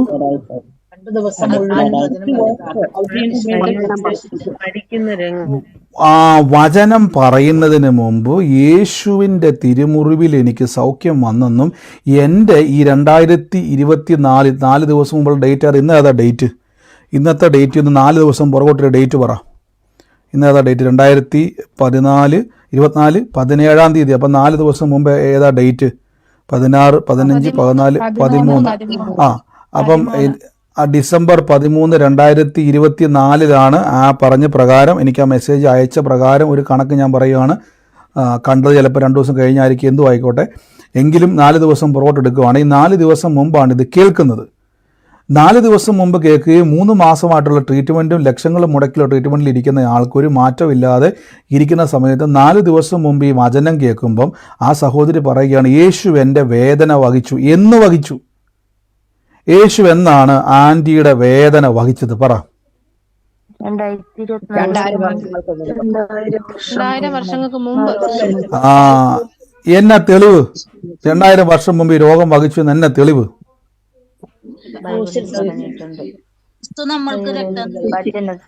എന്താ തെളിവ്? എന്താ തെളിവ്? യേശു ക്രൂശിൽ ഈ വേദന വഹിച്ചു എന്നുള്ളതിന് തെളിവ് എന്തുവാ? പറ, എന്താ തെളിവ്? നിങ്ങൾ പറ. യേശു ക്രൂശിൽ വഹിച്ചു.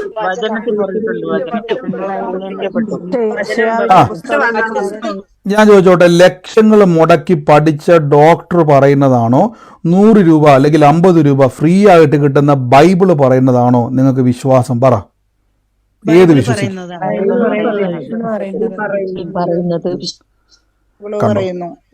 അപ്പം ഇന്നേക്ക് 2000 വർഷം മുമ്പ് യേശുവിൻ്റെ രോഗത്തെ വഹിച്ചു എന്ന് ഞാൻ ആകെ എനിക്കുള്ളൊരു തെളിവെന്ന് പറഞ്ഞാൽ ബൈബിളാണ്. ഈ എഴുതപ്പെട്ടിരിക്കുന്ന വചനത്തെ വിശ്വസിച്ചുകൊണ്ട് 2, 3, 4 ലക്ഷം രൂപ മുടക്കിയ ട്രീറ്റ്മെൻറ്റിനെ ഞാൻ അവിശ്വസിച്ചുകൊണ്ട് 2000 വർഷം മുമ്പ് യേശുവിൻ്റെ രോഗത്തെ വഹിച്ചു. ഈ 2024 ഇന്ന് അനുഭവിക്കുന്ന എൻ്റെ വേദന 2000 വർഷങ്ങൾക്ക് മുമ്പ് യേശു വഹിച്ചുവെന്ന് ഇന്ന് ഞാൻ വിശ്വസിക്കുന്നു. അതുകൊണ്ട് ഞാൻ ഏറ്റുപറഞ്ഞപ്പോൾ എന്ത് സംഭവിച്ചു? ആ രോഗം വിട്ടുമാറി. ഇതാണ് ബൈബിളിൻ്റെ ടേം. വിശ്വസിക്കുന്നവൻ പറയണം. ശ്രദ്ധിച്ചോണം. എന്താ പറയേണ്ടത്? ഇന്നത്തെ എൻ്റെ പ്രശ്നങ്ങൾ യേശു ഇന്നലെ വഹിച്ചതാണ്. ഹല്ലേലൂയ. ഇന്നത്തെ എൻ്റെ കടഭാരം യേശു ഇന്നലെ വഹിച്ചതാണ്. ഇന്ന് ഞാൻ അനുഭവിക്കുന്ന സകല വിഷയത്തിൻ്റെയും അത്ഭുതത്തിന് വേണ്ടി യേശു ക്രൂശിൽ നിരപ്പിൻ്റെ ശുശ്രൂഷ, ഇതെല്ലാം സ്വർഗത്തിൽ ഇങ്ങനെ കെട്ടിക്കിടക്കുക. എൻ്റെ സകല നന്മകളും ഇതെല്ലാം വലിച്ചിങ്ങോട്ട് അടുപ്പിക്കണം. ഇതെല്ലാം എന്ത് ചെയ്തോണം? അനുഭവിക്കണം. ഇത് മൊത്തം ഇപ്പോൾ ബ്ലോക്കായി കിടക്കുക.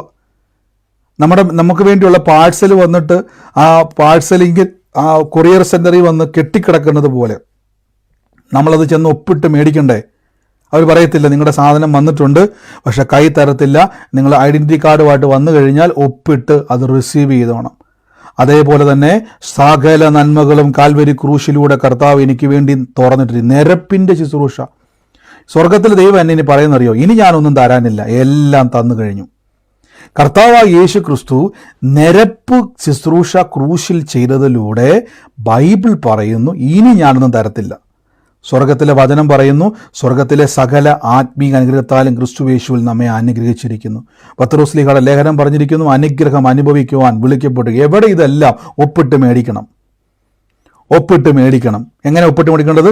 വിശ്വസിച്ചുകൊണ്ട്. എന്താ വിശ്വസിക്കേണ്ടത്? കർത്താവേ എനിക്ക് വേണ്ടി അത്ഭുതം ചെയ്യണം എന്നല്ല, ഇന്നേക്ക് 2000 വർഷം മുമ്പ് എൻ്റെ ഈ പ്രശ്നത്തെ യേശു വഹിച്ചതാണ്. എൻ്റെ രോഗം യേശു വഹിച്ചതാണ്. എൻ്റെ വേദന യേശു ചുമന്നതാണ്. എൻ്റെ സകല പ്രതിസന്ധികളും യേശു വഹിച്ചതാണ്. ഇന്ന് എന്താണോ എനിക്ക് ഭാരമായിരിക്കുന്നത് അത് മുഴുവനും എൻ്റെ യേശു ക്രൂശിൽ നിരപ്പിച്ചു. ഇനി സ്വർഗത്തിൽ നിന്ന് അത് തരാതിരിക്കുവാൻ ഒരു തടസ്സവും ഇല്ല. അറിയാവോ? ഇനി ഇത് തരാതിരിക്കുവാൻ ഇനി ഒരു ബ്ലോക്കും അവിടെ ഇല്ല. പക്ഷെ എന്താ ബ്ലോക്ക് എന്ന് വെച്ചാൽ നിങ്ങൾ ഒപ്പിട്ട് മേടിക്കാത്തതാണ് ഏറ്റവും വലിയ ബ്ലോക്ക്. നിങ്ങളത് സ്വീകരിക്കാത്തതാണ് ഏറ്റവും വലിയ തടസ്സം. അപ്പോൾ നിങ്ങൾ എന്ത് ചെയ്യണം? അത് സ്വീകരിക്കുന്നവരായി തീരണം. ഹല്ലേലൂയ. എന്നാൽ പലപ്പോഴും സംഭവിക്കുന്നത് നമ്മൾ കർത്താവിൻ്റെ വചനം കേൾക്കുമ്പോൾ തന്നെ എന്താണ് അവിടെ സംഭവിക്കുന്നത് വെച്ച് കഴിഞ്ഞാൽ നിങ്ങളിലും ഞാനും അല്ലെങ്കിൽ നമ്മൾ ഓരോരുത്തരിലും സംഭവിക്കുന്ന ഒരു പ്രശ്നം, നമ്മളെല്ലാവരും കർത്താവായ യേശു ക്രിസ്തുവിൽ വിശ്വസിക്കുമ്പോൾ തന്നെ നമ്മൾ പ്രഖ്യാപിക്കാറില്ല. വിശ്വസിക്കുന്നുവെങ്കിൽ നിങ്ങൾ എന്ത് ചെയ്യണം? അത് പ്രഖ്യാപിക്കണം. വിശ്വസിക്കുന്നവരാൽ ഈ അടയാളം നടക്കുമെന്ന് പറഞ്ഞാൽ വിശ്വസിക്കുന്നവൻ മിണ്ടാതിരുന്നാൽ അവിടെ ഒന്നും സംഭവിക്കാൻ പോകുന്നില്ല. വിശ്വസിക്കുന്നവൻ വാ തുറന്ന് പറഞ്ഞുകൊണ്ടിരുന്നാൽ അവിടെ പ്രവൃത്തികൾ വെളിപ്പെട്ടുകൊണ്ടേയിരിക്കും. ഞാൻ അതുകൊണ്ടാണ് ആ സാക്ഷ്യം റിപ്പീറ്റ് ചെയ്ത് കേൾപ്പിച്ചതിൻ്റെ കാരണം അവിടെ വ്യക്തമായിട്ട് അവിടെ പറയുന്നുണ്ട്, വചനം കേട്ടത് കൊണ്ടല്ല, പകരം ആ സൗരി പറഞ്ഞൊരു ആൻറ്റി പറഞ്ഞൊരു വാക്കുണ്ട്, അത് ഞാൻ പറഞ്ഞുകൊണ്ടിരുന്നു. ഇന്നേക്ക് 2000 വർഷം മുമ്പ് നമ്മുടെ ബൈബിൾ ക്ലാസ്സിൽ ചേരുന്ന ആളെയില്ല, ആകെ 4 ദിവസം മാത്രമേ മുമ്പ് കേട്ട വചനവാ. അതേ പിടിച്ച് ആളങ്ങ് കയറി. വേദന ഇല്ലാഞ്ഞിട്ടല്ല കേട്ടോ, എന്താ പറയുക, രോഗമില്ലാഞ്ഞിട്ടല്ല, രോഗം ശാരീരികമായിട്ട് ബുദ്ധിമുട്ടില്ലാഞ്ഞിട്ടല്ല, അതവിടെ നിൽക്കുമ്പോൾ തന്നെ ഓ യേശുവേ അങ്ങയുടെ തിരുമുറിവിനാൽ എനിക്ക് സൗഖ്യം. ഇന്ന് എൻ്റെ രോഗത്തെ യേശു, ഞാൻ എന്തിനാ ഈ വേദന ചുമക്കുന്നത്? ഈ വചനം കേട്ടിട്ട് നിങ്ങൾ സ്വയം പറയണം, ഞാൻ എന്തിനാ ഇതെല്ലാം വഹിക്കുന്നത്? സ്വന്തമായിട്ട് പറയണം, യേശു എൻ്റെ ദാരിദ്ര്യം മാറ്റി, ഞാൻ പിന്നെ എന്തിനാ കടം മേടിച്ച് നടക്കുന്നത്? ഇനി ഞാനിത് പറഞ്ഞിട്ട് ഞാൻ അവസാനിപ്പിക്കാൻ വേണ്ടി പോവാണ്. ഇനി നിങ്ങൾ ശ്രദ്ധിച്ചോണം, ഒരു വ്യക്തി ക്രിസ്തുവിലേക്ക് വരുന്ന സമയത്ത്, അപ്പം എന്നോട് ഇന്നൊരു ക്വസ്റ്റ്യൻ ഒരാൾ എന്നോട് ചോദിച്ചു, ബ്രദറെ നല്ലൊരു ക്വസ്റ്റ്യൻ ആയിരുന്നു, ഞാൻ ആ സഹോദരിക്ക് മറുപടി കൊടുത്ത്, സഹോദരി എൻ്റെ കൂടെ പ്രാർത്ഥനയ്ക്ക് ഉണ്ടെന്ന് എനിക്കറിയത്തില്ല, ഈ സ്നാനപ്പെടണം എന്നുള്ളത് എന്നോട് ചോദിച്ചു, ബ്രദറെ നിർബന്ധമാണോ എന്നോട് ചോദിച്ചു. സ്നാനപ്പെടുക എന്നുള്ളത് നിർബന്ധമാണോ? ഞാൻ പറഞ്ഞിട്ടുണ്ട്, സ്നാനപ്പെടുക എന്നുള്ളത് നിർബന്ധമാണെന്ന് ഞാൻ പറയുന്നതല്ല, ബൈബിളിലെ കൽപ്പനയാണ് സ്നാനപ്പെടണം. കൽപ്പനയാണ്, ശ്രദ്ധിച്ചോണം, ബൈബിളിൻ്റെ കൽപ്പനയാണ്. എന്താണ് ഈ കൽപ്പനയ്ക്കും അപേക്ഷയ്ക്കും തമ്മിലുള്ള വ്യത്യാസം എന്ന് ആർക്കെങ്കിലും അറിയാവോ? കൽപ്പനയും അപേക്ഷയും തമ്മിലുള്ള വ്യത്യാസം ആർക്കെങ്കിലും ഒറ്റ വാക്കി പറയണേ, അറിയാവുന്നവരെ.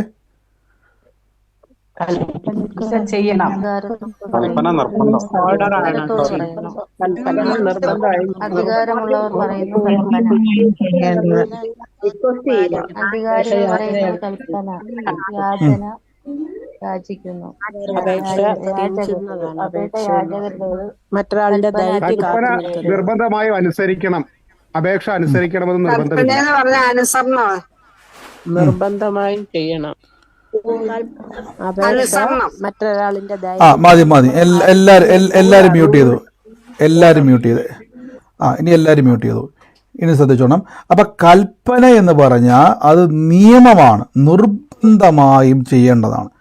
അപ്പോൾ ബൈബിളിൽ സ്നാനം എന്നുള്ളത് കൽപ്പന. എന്തിനാ ഇനി സ്നാനപ്പെടുക എന്ന് പറഞ്ഞാൽ, കർത്താവായ യേശുക്രിസ്തു ഈ വിലയെല്ലാം കൊടുത്തിട്ട് സ്വർഗം തീരുമാനിച്ച് ഇതെന്ത് ചെയ്യണ്ട, ഇത് ആളുകൾ ഇത്രയും വലിയൊരു വില തുച്ഛീകരിക്കരുത്. ഇപ്പം നിങ്ങളോട് ഞാൻ പറയത്തില്ല, നമ്മളൊരു ഭയങ്കര വിലപിടിപ്പുള്ള ഒരു ഗിഫ്റ്റ് ഒരാൾക്ക് കൊടുത്താൽ നിങ്ങളുടെ മുമ്പിൽ വെച്ച് തന്നെ ആ വ്യക്തി ആ ഗിഫ്റ്റ് നിങ്ങൾ ഭയങ്കര വില കൊടുത്തില്ലാത്ത കാശ് മുടക്കി നിങ്ങൾ കഷ്ടപ്പെട്ട് മേടിച്ചൊരു കാര്യത്തെ ഒരു വ്യക്തി എന്ത് ചെയ്യുക, ആ വ്യക്തി നിങ്ങളുടെ മുമ്പിൽ വെച്ച് തന്നെ പെട്ടെന്ന് നിങ്ങളുടെ കാണുക തന്നെ അത് നേരെ എടുത്ത് താഴോട്ട് എറിയുക. ഓ അവിടെ കിടക്കട്ടെ എന്ന് പറഞ്ഞാൽ നിങ്ങൾക്ക് വിഷമം വരുവോ ഇല്ലയോ? പറ, വരുവോ ഇല്ലയോ? വിഷമം വരും. ഓ നിങ്ങൾ പറയും ഞാൻ എന്ത് കഷ്ടപ്പെട്ട അത് മേടിച്ചു കൊടുത്തത്. ഈ വിഷമം പിതാവിന് വന്നു. എൻ്റെ കർത്താവായ യേശു ക്രിസ്തു ഇത്രയും തകർത്ത് ഭൂമിയിൽ വേദന അനുഭവിച്ച് മനുഷ്യൻ ഇത്രയും രക്ഷ കൊടുത്തിട്ട് ഇത് തുച്ഛീകരിക്കാതിരിക്കാൻ വേണ്ടി ദൈവം ഒരു വ്യവസ്ഥ വെച്ചു. രക്ഷിക്കപ്പെടുകയും സ്നാനപ്പെടുകയും ചെയ്യുന്നവൻ്റെ മേൽ ഇത് തുറക്കാൻ തുടങ്ങി. അതുകൊണ്ടാണ് ഇന്നലെ ഞാൻ ഒരു ക്വസ്റ്റ്യൻ പറഞ്ഞായിരുന്നു, യേശു ക്രൂശിൽ മരിച്ച ഉടനെ എല്ലാവരുടെയും പാപം മാറിയില്ല. യേശുവിനെ കർത്താവിൻ്റെ രക്ഷിതാവുമായി സ്വീകരിച്ച് ദൈവത്തെ അനുഗമിക്കുന്നവൻ്റെ മേൽ ഇത് തുറക്കാൻ തുടങ്ങും. അല്ലെങ്കിൽ പിശാച് ഉൾപ്പെടെയുള്ള ആൾക്കാർക്ക് എന്ത് ചെയ്യും? ഇതെല്ലാം എടുത്തുകൊണ്ട് പോകും. ഇത് സൗജന്യമാണ്, അതോടൊപ്പം തന്നെ ഇതൊരു കൽപ്പനയാണ്. ഇത് ചെയ്താൽ ഇത് കിട്ടത്തുള്ളൂ. എന്ത് ചെയ്താൽ? അപ്പൊ സ്നാനം എന്ന് പറയുന്നത്, ശ്രദ്ധിച്ചോണം, സ്നാനം എന്ന് പറയുന്ന ശുശ്രൂഷ വളരെ പ്രധാനപ്പെട്ടതാണ്. അപ്പൊ സ്നാനപ്പെടുക എന്നുള്ളത് കൽപ്പന ആയതുകൊണ്ട് ഒരു വ്യക്തി സ്നാനപ്പെടുന്നത് സഭയിൽ ചേരാൻ വേണ്ടിയല്ല. നിങ്ങളിപ്പോൾ ഏതെങ്കിലും ഒരു മതത്തിൽ നിൽക്കുന്ന വ്യക്തി സ്നാനപ്പെട്ട ഉടനെ അവിടെ നിന്ന് ചാടി ഇങ്ങോട്ട് വരുന്നത് യേശുവിലേക്ക് വരികയാണ്. ആ യേശുവിലേക്ക് വന്ന വ്യക്തിക്ക് ഒരു കൂട്ടായ്മ വേണം. അവൻ വചനം പഠിക്കണം, വചനത്തിൽ വളരണം, അവൻ കൂടുതൽ വചനമില്ലാത്ത മായമില്ലാത്ത പാല് കുടിച്ച് അവൻ വളരണം. അതിനുവേണ്ടിയുള്ള സ്ഥലമാണ് ഈ ദൈവത്തിൻ്റെ സന്നിധിയും ആലയങ്ങളും കൂട്ടായ്മയൊക്കെ. ആമേൻ. അപ്പോൾ ഇവിടെ ഞാനിപ്പോൾ ഈ പ്രൊജക്റ്റ് ചെയ്ത് പോകുന്ന വചനങ്ങളൊക്കെ നിങ്ങൾക്ക് വേണേൽ നോട്ട് ചെയ്യുക. നമ്മൾ വിശ്വാസ പ്രഖ്യാപനം ഓരോ വിഷയത്തിന് വേണ്ടിയുള്ള വചനങ്ങളാണ്. ഞാനത് ജസ്റ്റ് കാണിച്ചെന്നേ ഉള്ളൂ. ഒന്നുകൂടെ ഞാനിത് കാണിക്കും. ഇപ്പം ഞാൻ ആ വാക്യത്തിലേക്ക് ഒന്ന് ജസ്റ്റ് പോവാണ്. അപ്പോൾ ഇവിടെ നിങ്ങൾ നോക്കിയോണം, കൊരിന്ത്യ ലേഖനത്തിലേക്ക് ബൈബിൾ പറയുകയാണ്. നമ്മൾ ആദ്യം വായിച്ച വാക്യത്തിലേക്ക് ഒന്ന് മടങ്ങി വരുവാണ്. ഒരുവൻ ക്രിസ്തുവിലായാൽ അവൻ പുതിയ സൃഷ്ടി. അപ്പം നിരപ്പിൻ്റെ ശുശ്രൂഷ ലഭിക്കുന്നത് ആർക്കാണെന്നറിയോ? അപ്പം പുതിയ സൃഷ്ടിക്കാണ്. ചിലത് സ്നാനപ്പെടുക എന്ന് പറഞ്ഞാൽ ഓടി വന്ന് വെള്ളത്തിൽ ചാടിയിട്ട് അവിടുന്ന് ഇവിടുന്ന് മാറുന്ന പരിപാടിയല്ല. തിരിച്ചറിയണം എന്താണ് സ്നാനം. അപ്പം ഈ നിരപ്പിൻ്റെ ശുശ്രൂഷ ലഭിച്ച നിങ്ങൾക്കിനി ധൈര്യത്തോടെ കാണാം, ദൈവം എൻ്റെ പ്രാർത്ഥന കേൾക്കും, ദൈവം എൻ്റെ പ്രാർത്ഥനയ്ക്ക് മറുപടി നൽകും. എന്നാ ബ്രദർ ഇത്ര ഉറപ്പ് പറയാൻ കാരണം, ശത്രുത്വം ക്രൂശിൽ വെച്ച് ദൈവം ഇല്ലാതെയാക്കി. ആ വചനം മറന്നു പോകല്ലേ. ശത്രുത്വം ഇല്ലാതാക്കി മാറ്റി. എന്നിട്ട് പറയാണ്, നിങ്ങൾ ഇനി അന്യനല്ല, പരദേശിയുമല്ല, വിശുദ്ധന്മാരും ദൈവത്തിൻ്റെ ഭവനക്കാരനും അത്ര. അപ്പൊ കർത്താവിൻ്റെ വീട്ടിൽ കിടന്ന് ഈ വട്ടം കറങ്ങുക നമ്മളിപ്പോൾ. അങ്ങോട്ട് പോയ കർത്താവ്, ഇങ്ങോട്ട് പോയ ദൂതന്മാർ, ഇങ്ങോട്ട് പോയ കെരൂബുകൾ, ഇവിടെ കിടന്ന് ഇങ്ങനെ കറങ്ങിക്കൊണ്ട് നമുക്കിനി എന്നാ ചെയ്യാനാ? ദൈവത്തെ വിട്ടേച്ച് ഇനി പോകാൻ പറ്റും. ദൈവത്തിൻ്റെ ഭവനത്തിൽ ദൈവത്തിൻ്റെ കൂടെയാണ് രക്ഷിക്കപ്പെട്ട വ്യക്തി ഇരിക്കുന്നത്. നാളെ നമ്മൾ പ്രധാനപ്പെട്ട ഒരു പ്രാർത്ഥന വിഷയത്തിലേക്ക് നമ്മൾ കയറാൻ വേണ്ടി പോവാണ്. മത്തായിയുടെ സുവിശേഷത്തിൽ സ്വർഗസ്ഥനായ പിതാവേ എന്നുള്ള പ്രാർത്ഥന എന്താണെന്നുള്ളത് നാളെ നമ്മൾ കേൾക്കും. ഒരിക്കൽ പറഞ്ഞിട്ടുള്ളതാണ്, എങ്കിലും ഒന്നും കൂടെ അതിലേക്ക് വരുന്നുണ്ട്. അതുകൊണ്ടാണ് ഞാൻ റീത്ത സഹോദരിയുടെ സംശയത്തിൽ അന്ന് മറുപടി തരാഞ്ഞത്. അപ്പം ഇവിടെ ദൈവത്തിൻ്റെ ഭവനക്കാരാണ് നിങ്ങൾ. ദൈവത്തിൻ്റെ ഭവനക്കാരനായിരിക്കുന്ന നിങ്ങൾക്കൊരു പ്രത്യേകതയുണ്ട്. നിങ്ങളിനി ശ്രദ്ധിച്ചോണം, നിങ്ങളിനി പ്രാർത്ഥിക്കുമ്പോൾ പറയണം, ഇന്നേക്ക് 2000 വർഷം മുമ്പ് യേശുവിൻ്റെ പ്രശ്നങ്ങളെ ക്രൂശിൽ വെച്ച് തകർത്തു കളഞ്ഞു. ബ്രദറെ ഒരു സമാധാനമില്ല. പറയണം, എനിക്ക് സമാധാനം വരാൻ വേണ്ടി എൻ്റെ സമാധാനം, ഞാൻ ഈ അസമാധാനക്കാരെന്ന് എപ്പോഴും പറഞ്ഞുകൊണ്ടിരുന്ന വാക്ക് എന്നോട് ആരോ തിരുത്തിയായിരുന്നു, തെറ്റാ ബ്രദറെ പറയുന്നത്. അപ്പം ഞാൻ പകരം അതിൻ്റെ വാക്ക് ഉപയോഗിക്കുകയാണ്. സമാധാനമില്ലാത്ത അവസ്ഥയെ യേശു തകർത്തു, ക്രൂശിൽ വെച്ച് ഇല്ലാതാക്കി. എൻ്റെ രോഗത്തെ ക്രൂശിൽ വെച്ച് ഇല്ലാതാക്കി. എൻ്റെ നിത്യ നരകത്തെ യേശു ഇല്ലാതാക്കി. എൻ്റെ പാപ സ്വഭാവത്തെ യേശു ഇല്ലാതാക്കി. എൻ്റെ ശൂന്യതകളെ യേശു ഇല്ലാതാക്കി. ശത്രുവായത് എനിക്ക് എന്തൊക്കെയാണോ, എൻ്റെ രോഗം എൻ്റെ ശത്രുവാ, ഇല്ലാതാക്കി. ദാരിദ്ര്യം എൻ്റെ ശത്രുവാ, ഇല്ലാതാക്കി. പാപം എൻ്റെ ശത്രുവാ, ഇല്ലാതാക്കി. നിത്യ നരകം എൻ്റെ ശത്രുവാ, ഇല്ലാതാക്കി. പിശാചൻ എൻ്റെ മേലുള്ള അധികാരങ്ങളെ ശത്രുവാ, ഇല്ലാതാക്കി. ഇങ്ങനെ നിങ്ങൾ പ്രൊക്ലെയിം ചെയ്യണം. ആ സഹോദരി എന്ത് ചെയ്തു? 3 മാസമായിട്ടുള്ള വേദനയ്ക്കകത്ത് ഇരിക്കുന്ന വ്യക്തി എന്ത് ചെയ്തു? 2 ദിവസം മുമ്പ് കേട്ട വചനം ഒന്നാലോചിച്ച് നോക്കട്ടെ. ബ്രദർ MBBS പോലെയാണോ? ഒന്നുമല്ല. എനിക്ക് MBBS ഡോക്ടർമാരുടെ പുസ്തകം തന്നാൽ, നമ്മുടെ കൂടെ ഡോക്ടർമാരുണ്ടല്ലേ, എനിക്ക് നിങ്ങളുടെ പുസ്തകം കൊണ്ട് തന്നാൽ എനിക്ക് അറിയത്തുപോലും എന്താ അതിൻ്റെ ടൈം പോലും അറിയത്തുപോലുമില്ല. പക്ഷേ ആ വ്യക്തി എന്ത് ചെയ്തു? ആ വചനത്തെ വിശ്വസിച്ചു. എന്നിട്ട് മിണ്ടാതിരുന്നില്ല. വചനത്തിലൊക്കെ അങ്ങനെ എന്തൊക്കെ പറയുന്നതാ എന്നും പറഞ്ഞുകൊണ്ട് മിണ്ടാതിരുന്നില്ല. വചനം പറയുവാൻ തുടങ്ങി. Hallelujah, hallelujah. അപ്പം നമുക്ക് എന്ത് ചെയ്യണം? കർത്താവിൽ വിശ്വസിക്കുന്ന വ്യക്തികൾ സാക്ഷ്യമാണ്. നമ്മൾ പ്രാർത്ഥിക്കാൻ വേണ്ടി പോവാണേ. എൻ്റെ കൂടെ ഇന്ന് എല്ലാവരും ഒന്ന് പ്രാർത്ഥിച്ച്, എല്ലാവരും പ്രാർത്ഥിച്ച്. ഞാൻ ആ വാക്യങ്ങളൊന്നും നമ്മൾ പലപ്പോഴും പ്രൊജക്റ്റ് ചെയ്യുന്ന വാക്യങ്ങൾ തന്നെയാണത്. ആ വാക്യങ്ങൾ ഇച്ചിരി സ്പീഡിലാണ് പോകുന്നത്, അതെന്തായാലും ഒന്ന് ശ്രദ്ധിക്കുക. ഓരോ വാക്യം നമ്മളെപ്പോഴും പറയുന്ന വിശ്വാസ പ്രഖ്യാപനത്തിൻ്റെ വാക്യങ്ങളാണ്, അത് വേറെ വാക്യമൊന്നും അല്ലത്. വിശ്വാസ പ്രഖ്യാപനത്തിൽ എപ്പോഴും പറയുന്ന വാചനഭാഗങ്ങൾ തന്നെയാണ്. അപ്പോൾ ആ വാക്കൊന്ന് ശ്രദ്ധിച്ചോണം. അപ്പോൾ ഇവിടെ നിങ്ങൾ നോക്കി, ഇവിടെ നിങ്ങൾ ശ്രദ്ധിച്ച ഇതെല്ലാം ഇന്നേക്ക് 2000 വർഷം മുമ്പ് യേശു എനിക്ക് വേണ്ടി വഹിച്ചതാണ്. അവൻ മനുഷ്യരാൽ നിന്ദിക്കപ്പെട്ട് ത്യജിക്കപ്പെട്ട് വ്യസനപാത്രമായി തീർന്നു, രോഗം ശീലിച്ചവനായി തീർന്നു. അതെല്ലാം എനിക്ക് വേണ്ടി ഇന്നേക്ക് 2000 വർഷം മുമ്പ്, അതായത് ഇന്നേക്ക് 2000 വർഷം മുമ്പ് യേശു തകർത്ത രോഗം ഇന്ന് എൻ്റെ മേൽ വന്നാൽ പറയണം, നിനക്ക് എൻ്റെ മേൽ അവകാശമില്ല, നിനക്ക് എൻ്റെ മേൽ അവകാശമില്ല. ഇത് നോക്കിയ സാക്ഷാൽ അവൻ എൻ്റെ വേദനകളെ, ബൈബിളാണ്, ഞാൻ ആ ബ്രാക്കറ്റ് ഇട്ടേക്കുന്നത് നിങ്ങൾക്കറിയാം, നിങ്ങളുടെ പേര് പറയാൻ വേണ്ടിയാണ്. സാക്ഷാൽ ബ്രാക്കറ്റ് അല്ല, സാക്ഷാൽ പേര് പറയണം. ഇപ്പം എൻ്റെ പേര് നിഖിൽ എന്നാണ്. സാക്ഷാൽ നിഖിലിൻ്റെ രോഗത്തെ യേശു വഹിച്ചു. നമ്മുടെ എന്നുള്ളിടത്തത് നിഖിലിൻ്റെ വേദനകളെ യേശു ചുമന്നു. യേശു ക്രിസ്തുവിൻ്റെ അടിപ്പിണരാൽ നിഖിലിന് സൗഖ്യം വന്നിരിക്കുന്നു. കണ്ടോ? എന്നാ വന്നത്? 2000 വർഷം മുമ്പ്. അങ്ങനെ ഓരോ പ്രശ്നങ്ങളിൽ കടന്നു പോകുന്ന വാക്കുകൾ, കടഭാരത്തിൻ്റെ വചനമാണിത്, കടഭാരം നീങ്ങാനുള്ള വചനമാണിത്. ഈ വചനങ്ങൾ നിങ്ങൾ വിശ്വസിക്കുകയും ഏറ്റുപറയുകയും ചെയ്യുമ്പോൾ എന്ത് ചെയ്യും? സംഭവിക്കും. അതേപോലെ ഒരു കൽപ്പനയാണ് സ്നാനം. അതുകൊണ്ടാണ് സ്നാനം നിർബന്ധമാണ്. സ്നാനപ്പെടണം. സ്നാനപ്പെടുന്നത്, നിങ്ങൾ സ്നാനപ്പെടുക എന്നുള്ളത് കൽപ്പനയാണ്, ഒളിച്ചിരിക്കാൻ പറ്റത്തില്ല. കർത്താവ് വരുമ്പോൾ എന്നോട് ചോദിക്കും, ഞാൻ എന്തുകൊണ്ട് പഠിപ്പിച്ചില്ല, നിങ്ങൾ എന്നോട് സ്നാനപ്പെട്ടില്ല, അത് ബ്രദറെ എനിക്കുള്ള സാഹചര്യം ഒത്തില്ല. ഇഷ്ടംപോലെ കടലും തോടും എല്ലാം ഉള്ള നമ്മുടെ നാട്ടിൽ ഇതിന് സാവകാശം എന്ന് പറഞ്ഞാൽ കർത്താവ് നമ്മളെ എന്ത് ചെയ്യും? ഓടിക്കും. കണക്ക് കൊടുക്കണ്ട കേട്ടോ, ഓടിക്കും. നമുക്ക് അവിടെ എക്സ്ക്യൂസ് പറയാൻ പറ്റത്തില്ല, എക്സ്ക്യൂസ് ഇല്ല അവിടെ. ഇനി വരുന്ന കർത്താവ്, ഇനി നമുക്ക് എക്സ്ക്യൂസ് ഇല്ല. ഇപ്പോൾ ഈ ഭൂമിയിലെ ചാൻസ് ഉള്ളൂ, പിന്നെ വരുന്നത് എക്സ്ക്യൂസുകളില്ല. ഒന്നെങ്കിൽ നിത്യനാശത്തിലേക്ക് പോവുക, 2 നിത്യജീവനിലേക്ക് പോവുക. ആമേൻ. നമുക്ക് ഒരുമിച്ച് ഞാനിത് നമ്മുടെ ഗ്രൂപ്പിലേക്ക് ഞാനിത് ഒന്ന് ഷെയർ ചെയ്തിട്ടുള്ളതാണ്. പിന്നെ ഞാനിത് ഗ്രൂപ്പിലേക്ക് ഷെയർ ചെയ്തൊക്കെ ഒന്നും കൂടെ നിങ്ങൾക്ക് എഴുതിയെടുക്കാൻ പറ്റുന്നില്ലെങ്കിൽ ഗ്രൂപ്പിലേക്ക് ഷെയർ. നമുക്ക് ഒരുമിച്ച് ഇന്ന് പ്രാർത്ഥിക്കാം. എൻ്റെ കൂടെ ഇന്ന് പ്രാർത്ഥിച്ചു. യേശുവേ ആരാധന, യേശുവേ ആരാധന, യേശുവേ ആരാധന. In the name of Jesus Christ, യേശുവിൻ്റെ നാമത്തിൽ നിന്ന് പ്രാർത്ഥിക്കുന്നപ്പ. പരിശുദ്ധാത്മാവേ ഞങ്ങളുടെ വലിയ കൃപയ്ക്കായി സ്തുതിക്കുന്നപ്പ, വലിയ കൃപയ്ക്കായി സ്തുതിക്കുന്നപ്പ, വലിയ കൃപയ്ക്കായി സ്തുതിക്കുന്നപ്പ. In the name of Jesus, in the name of Jesus Christ, യേശുവിൻ്റെ അധികാരമുള്ള നാമത്തിൽ നിന്ന് പ്രാർത്ഥിക്കുന്നപ്പ, യേശുവിൻ്റെ അധികാരമുള്ള നാമത്തിൽ നിന്ന് പ്രാർത്ഥിക്കുന്ന പരിശുദ്ധാത്മാവേ, ഈ 2006 ജനിച്ച ഒരു വ്യക്തിയുള്ള ഒരു ഭവനത്തെ കർത്താവ് എന്നെ കാണിക്കുകയാണ്. 2006 ജനിച്ച ഒരു വ്യക്തിയുള്ള ഒരു ഭവനം കർത്താവ് എന്നെ വ്യക്തി എന്ന് പറഞ്ഞ ഒരു കൊച്ചാണത്. 2006 ജനിച്ച ഒരു ഭവനമാണ് ഞാൻ കാണുന്നത്. ഞാൻ ആ ഭവനം കാണുന്ന ആ ഒരു സമയത്ത് തന്നെ ഈ ഭവനത്തിൻ്റെ മുമ്പിൽ വലിയൊരു മാവ് നിൽക്കുന്ന ഒരു വീടാണ് കർത്താവ് എന്നെ കാണിക്കുന്നത്. ഈ മാവ് നിൽക്കുന്ന വീട്ടിൽ തന്നെ ഞാൻ കാണുന്നൊരു കാഴ്ച എന്ന് പറഞ്ഞു കഴിഞ്ഞാൽ, ഇതിൻ്റെ പുറത്തോട്ടിറങ്ങുമ്പോൾ തന്നെ ഓപ്പോസിറ്റ്, വീടിൻ്റെ പുറത്തോട്ടിറങ്ങുമ്പോൾ തന്നെ ഇതിൻ്റെ ഓപ്പോസിറ്റ് ഒരു മതിൽ ഉള്ള ഒരു സ്ഥലവും കൂടെ ഞാൻ കാണുന്നത്. എന്നെ കർത്താവ് ആ വീട്ടിലേക്ക് എന്നെ കാണിക്കുന്ന സമയത്ത് ഈ 2006 ജനിച്ച കൊച്ചിന് വേണ്ടി പ്രാർത്ഥിക്കുവാൻ കർത്താവിനോട് പറയുകയാണ്. എന്നോടൊരു വാക്ക് പറയുകയാണ്, ആ കുടുംബത്തിൻ്റെ മേൽ ദൈവത്തിൻ്റെ വലിയൊരു പ്രവൃത്തിയെ കർത്താവ് ഇന്ന് ചെയ്യുവാൻ വേണ്ടി പോവാണ്. യേശുവിൻ്റെ നാമത്തിൽ ഞാനിന്ന് പ്രാർത്ഥിക്കുന്നപ്പോൾ കർത്താവെ, അങ്ങയുടെ വലിയ മഹത്വം ഇന്ന് ആ കർത്താവ് കുടുംബത്തിൽ ചെയ്യുന്നല്ലോ. In the name of Jesus. ഇന്ന് സൂമിലായിക്കോട്ടെ, ലൈവിലായിക്കോട്ടെ, ഈ കേട്ട അടയാളങ്ങൾ ശ്രദ്ധിച്ചോണം. ഇതുമായി ബന്ധപ്പെട്ടത് ആരാണോ യേശുവിൻ്റെ നാമത്തിൽ ഏറ്റെടുത്തോണം. ഇവിടെ കർത്താവ് ഒരു വാക്ക്, എന്റെ മകൻ 2006 മകൻ, എന്റെ മകന്.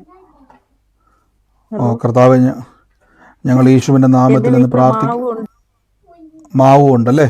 യേശുവിൻ്റെ നാമത്തിൽ നിന്ന് പ്രാർത്ഥിക്കുന്ന കർത്താവ് ഇന്ന് ആ കുടുംബത്തെ ദൈവം തൊടുക സിസ്റ്റർ. ഇനി വലിയൊരു വേദനകളെ കർത്താവ്, എനിക്കറിയത്തില്ല, വലിയൊരു വേദന യേശു ഇന്ന് അവിടെ നിന്ന് എടുത്തു മാറ്റുന്നു. എനിക്കറിയത്തില്ല, വലിയൊരു മുറിവേറ്റ ഒരു വ്യക്തിയാണ്. വലിയൊരു മുറിവ് ഏറ്റു. ആ മുറിവ് മാറ്റി. കർത്താവ് അറിയാതെ അല്ല കേട്ടോ ചിലത് സംഭവിച്ചത്. ദൈവം വലിയൊരു സമാധാനത്തെ കർത്താവ് ചെയ്യുകയാണ്. വലിയൊരു സമാധാനം ദൈവം ചെയ്യുകയാണ്. യേശുവിൻ്റെ നാമത്തിൽ എന്ന് പ്രാർത്ഥിക്കും. എൻ്റെ കൂടെ എല്ലാവരും പ്രാർത്ഥിച്ചു. ഇത് നമ്മുടെ കൃപാവരങ്ങളുടെ സമയമാണ്, കൃപാവര ശുശ്രൂഷയുടെ സമയമാണ്. ഈ സമയത്ത് രോഗികളായി ഭാരപ്പെടുന്നവർ എന്താണോ നിങ്ങൾക്ക് പറ്റാത്തത് അതിപ്പോൾ ചെയ്തുകൊണ്ടിരുന്നോണം. കടഭാരത്തിലൊക്കെ ഇരിക്കുന്നവർ പ്രാർത്ഥിച്ചോണം. കടഭാരത്തിൻ്റെ ദുരാത്മാക്കളും ഞെരുക്കങ്ങളും സാമ്പത്തിക തകർച്ചയിലൂടെ കടന്നു പോകുന്ന ഞാനൊരു കാഴ്ച കാണുവാണ്. ഈ ഒരു എഗ്രിമെൻ്റ് 2016 എഴുതപ്പെട്ട ഒരു എഗ്രിമെൻ്റ് ഞാൻ കാണുകയാണ്. ആ ഒരു എഗ്രിമെൻ്റ് ഒരു ഡോക്യുമെൻ്റാണ് ഞാൻ കാണുന്നത്. വലിയൊരു തലവേദന പിടിച്ചൊരു ഡോക്യുമെൻ്റാണ് ഞാൻ കാണുന്നത്. സാമ്പത്തികം പോയതിൻ്റെ കണക്കില്ലാത്ത തൊടുന്നത് പിടിക്കുന്നിടത്തും എല്ലാ നഷ്ടങ്ങൾ കൊണ്ട് പെരുകിയ ഒരു വ്യക്തിയെ ഞാൻ കാണുന്നു. ഉള്ളതെല്ലാം വിറ്റുപറിക്കിയാൽ പോലും തീരാത്ത രീതിയിൽ പ്രശ്നങ്ങളിലേക്ക് കടന്നു പോകുന്ന ഒരു വ്യക്തിയെ ഞാൻ കാണുകയാണ്. 2016 ഈ വിഷയം ഉണ്ടായതല്ല, രൂക്ഷമായത്. ഈ ഡോക്യുമെൻ്റ് ഭയങ്കരമായ രീതിയിൽ വേദന തകർച്ചയും ഉണ്ടായി. ആ വ്യക്തിയോട് കർത്താവ് പറയുന്നു, ഇന്ന് നിന്റെ ജീവിതത്തിൽ ആ കടഭാരത്തിലൂടെ കയറിക്കൂടിയ സകല പിശാചുക്കളെയും യേശുവിൻ്റെ നാമത്തിൽ നിന്ന് പുറത്താക്കുവാണ്. അതാരാന്ന് വെച്ചാൽ ഇപ്പോൾ ഏറ്റെടുത്തോണം. ഇപ്പോൾ ഈ നിമിഷം അതിൻ്റെ മേൽ റിലീസ് ചെയ്യുന്നു യേശുവിൻ്റെ നാമത്തിൽ. പറയാനല്ലെങ്കിൽ നിങ്ങളിപ്പോൾ മ്യൂട്ട് മാറ്റിയത് പറയാനാണെങ്കിൽ വെക്കുക, അല്ലെങ്കിൽ നിങ്ങൾ മ്യൂട്ട് ചെയ്യണം. മ്യൂട്ട് മാറ്റിയവർ പറയാനാണോ? ഞാനത് ഏറ്റെടുക്കുന്നു. യേശുവിന്റെ നാമത്തിൽ കർത്താവ് അത് വലിയ സാക്ഷ്യമായിട്ട് ഈ വർഷവും കണക്കും ഒക്കെ നോക്കിയാണ് ഞാൻ ഇതുമായിട്ട് ബന്ധപ്പെട്ട് യേശുവൻ. ഒരു മിനിറ്റ് കേട്ടെ, മുഴുവൻ കേട്ടെ. ഇന്ന് കർത്താവ് നിങ്ങളുടെ ജീവിതത്തിലേക്ക് കർത്താവിൻ്റെ പ്രവൃത്തിയെ വെളിപ്പെടാൻ വേണ്ടി മറ്റൊരു വീട് കർത്താവ് എന്നെ കാണിക്കുകയാണ്. ഈ തടി വെട്ടിയിട്ടിട്ട് ആ തടി ഇപ്പോഴും അവിടെ നനക്കിയിട്ടില്ല. അതൊരു വീടിൻ്റെ സൈഡിൽ കൊണ്ടുവന്നിട്ട് ചാക്കുകൊണ്ട് ആ തടി മുറിച്ചിട്ട തടികൾ അവിടെ തന്നെ പീസാക്കി ഒരു ചാക്കുകൊണ്ട് മൂടിയിട്ടിരിക്കുകയാണ്. അതവിടെ കിടക്കാൻ തുടങ്ങിയിട്ട് കുറേ നാളുകളായി. വീടിൻ്റെ സൈഡ് വശത്താണ്, പുറകിലല്ല, വീടിൻ്റെ സൈഡ് വശത്ത് എറമ്പത്ത് കൊണ്ടിങ്ങനെ, അതായത് നിലത്ത് തന്നെ വെച്ചിരിക്കുന്നത്, സൈഡിലാണിത് വെച്ചിരിക്കുന്നത്. അങ്ങനെ ഒരു ഭവനം കർത്താവ് എന്നെ കാണിക്കുകയാണ്.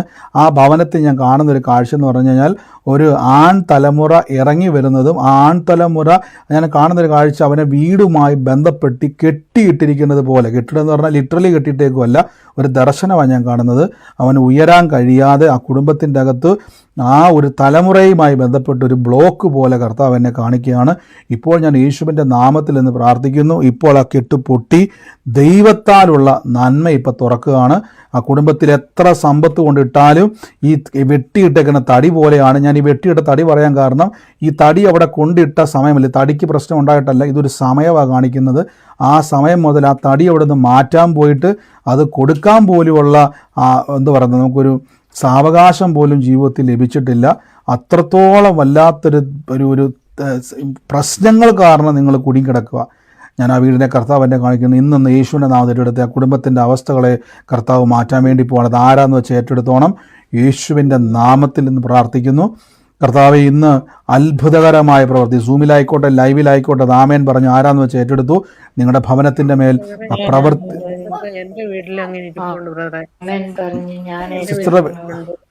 ഈ വീട് ഒരു മിനിറ്റ് ഈ ഒരു തടി വെട്ടിയിട്ട വീടുമായിട്ട് ബന്ധപ്പെട്ട് എന്നെ കർത്താവ് കാണിക്കുകയാണ്. ഈ ജോബി എന്ന് പറയുന്ന ഒരു വ്യക്തി ആ ഭവനത്തിലേക്ക് വരുന്ന ഒരു കാഴ്ച ഞാൻ കാണുവാണ്. ജോബി എന്ന് പറയുന്ന വ്യക്തി ഒരു ഭവനത്തിലേക്ക് വരുന്നതായിട്ട് ഞാൻ കാണുന്നു. ഈ ഭവനത്തിലുള്ള വ്യക്തിയാണെന്ന് എനിക്ക് അറിയത്തില്ല, പക്ഷേ ആ വ്യക്തിയുമായിട്ട് നിങ്ങൾക്ക് പരിചയമുള്ള വ്യക്തിയാണ് ഞാൻ കാണുന്നത്. ഇനി ആ വ്യക്തിയുമായിട്ട് ബന്ധപ്പെട്ട ആരാണോ, അതായത് പരിചയമുള്ളൊരു വ്യക്തിയാണ്, പക്ഷേ ഈ വ്യക്തി വരുന്നത് ഈ ഒരു നിങ്ങളുടെ വീടുമായിട്ട് ബന്ധപ്പെട്ട് ഒരു വാർത്ത പറയാൻ വേണ്ടിയാണ് ആ വ്യക്തിയെ കർത്താവ് അയക്കുന്നത്. അതാരാന്ന് വെച്ച് ഏറ്റെടുത്തോണം. യേശുവിൻ്റെ നാമത്തിൽ ആ കുടുംബത്തിലുള്ള വ്യക്തിയാണെന്ന് എനിക്കറിയത്തില്ല, പക്ഷേ ഈ വ്യക്തിയെ നിങ്ങൾക്ക് പരിചയമുണ്ട്, ഈ വ്യക്തിയെ നിങ്ങൾക്ക് അറിയാം. ആരാത്? മരുമോന. ഈ പറഞ്ഞ അടയാളമെല്ലാം അവിടെ ഉണ്ടോ? എന്നാൽ യേശുവിൻ്റെ നാമത്തിൽ ഏറ്റെടുത്തു. കർത്താവ് ഇന്ന് ആ ഭവനത്തിൻ്റെ മേൽ വലിയ പ്രവൃത്തിയെ കർത്താവ് ചെയ്യുകയാണ്. എല്ലാവരും യേശുവിൻ്റെ നാമത്തിൽ പ്രാർത്ഥിച്ചുകൊണ്ടിരുന്ന മൈക്കെല്ലാം മ്യൂട്ട് ചെയ്തേ. കർത്താവ് നിങ്ങളുടെ ജീവിതത്തിൽ ഇന്ന് തടസ്സങ്ങൾ മാറ്റുന്ന സമയമാണ്. രോഗബന്ധനങ്ങൾ അഴിഞ്ഞുകൊണ്ടിരിക്കുക. ക്യാൻസറിനോട് പറയണം, യേശുവിൻ്റെ നാമത്തിൽ ഇന്നേക്ക് 2000 വർഷം മുമ്പ് ക്യാൻസറെ നിന്നെ യേശു ചുമന്നതാ, നിന്നെ തകർത്തതാ ക്രൂശിൽ. യേശുവിൻ്റെ തിരുമുറിവിൽ ആ രോഗത്തോട് പറ, ഒരു രോഗത്തിനും എൻ്റെ മേൽ കയറിക്കൂടാൻ, ദൈവത്തിന് എൻ്റെ പ്രാർത്ഥനയ്ക്ക് ഇനി മറുപടി തരാതിരിക്കാൻ കഴിയത്തില്ല. അഹങ്കാരമല്ല കേട്ടോ, ക്രൂശിൽ വെച്ച് ശത്രുത്വം ഇല്ലാതാക്കി പിതാവ് എന്നെ കെട്ടിപ്പിടിച്ചിരിക്കുക. സ്വന്തം ഭവനത്തിൽ, പിതാവിൻ്റെ ഭവനത്തിൽ കയറ്റാൻ കൊള്ളാത്ത എന്നെ കർത്താവ് യേശുക്രിസ്തു അകത്ത് കയറ്റി പിതാവിൻ്റെ കൂടെ എന്നെ ഇരുത്തി, പിതാവിൻ്റെ സ്നേഹത്തിൽ എന്നെ ഇരുത്തിയിരിക്കുക. അതുകൊണ്ടാണ് അപ്പാ പിതാവേ എന്ന് വിളിക്കുന്ന സ്വപുത്രൻ്റെ ആത്മാവിനെ നൽകിയിരിക്കുന്നത്. ആയിരത്തോട് അപ്പാ ഞാൻ വലിയ പ്രശ്നത്തിലാണപ്പാ, എന്നെ സഹായിക്കണപ്പാ, എനിക്ക് രക്ഷ വേണമപ്പാ എന്ന് പറഞ്ഞാൽ ഓടി വരുന്ന പിതാവാണ് നമുക്കുള്ളത്. പ്രാർത്ഥിച്ച യേശുവിൻ്റെ നാമത്തിൽ നിന്ന് പ്രാർത്ഥിക്കുന്നപ്പാ, കർത്താവേ, അങ്ങയുടെ വലിയ മഹത്വം ഇന്നെല്ലാവരും പ്രാർത്ഥിച്ച് നിങ്ങൾക്ക് വേണ്ടി ആ കൃപാവരങ്ങളെ ഇന്ന് തുറക്കുകയാണ്. ഈ സമയത്ത് മറ്റുള്ളവർക്ക് വേണ്ടി പ്രാർത്ഥിക്കാൻ ഒരു ടെൻഡൻസി ഉണ്ടാകട്ടെ.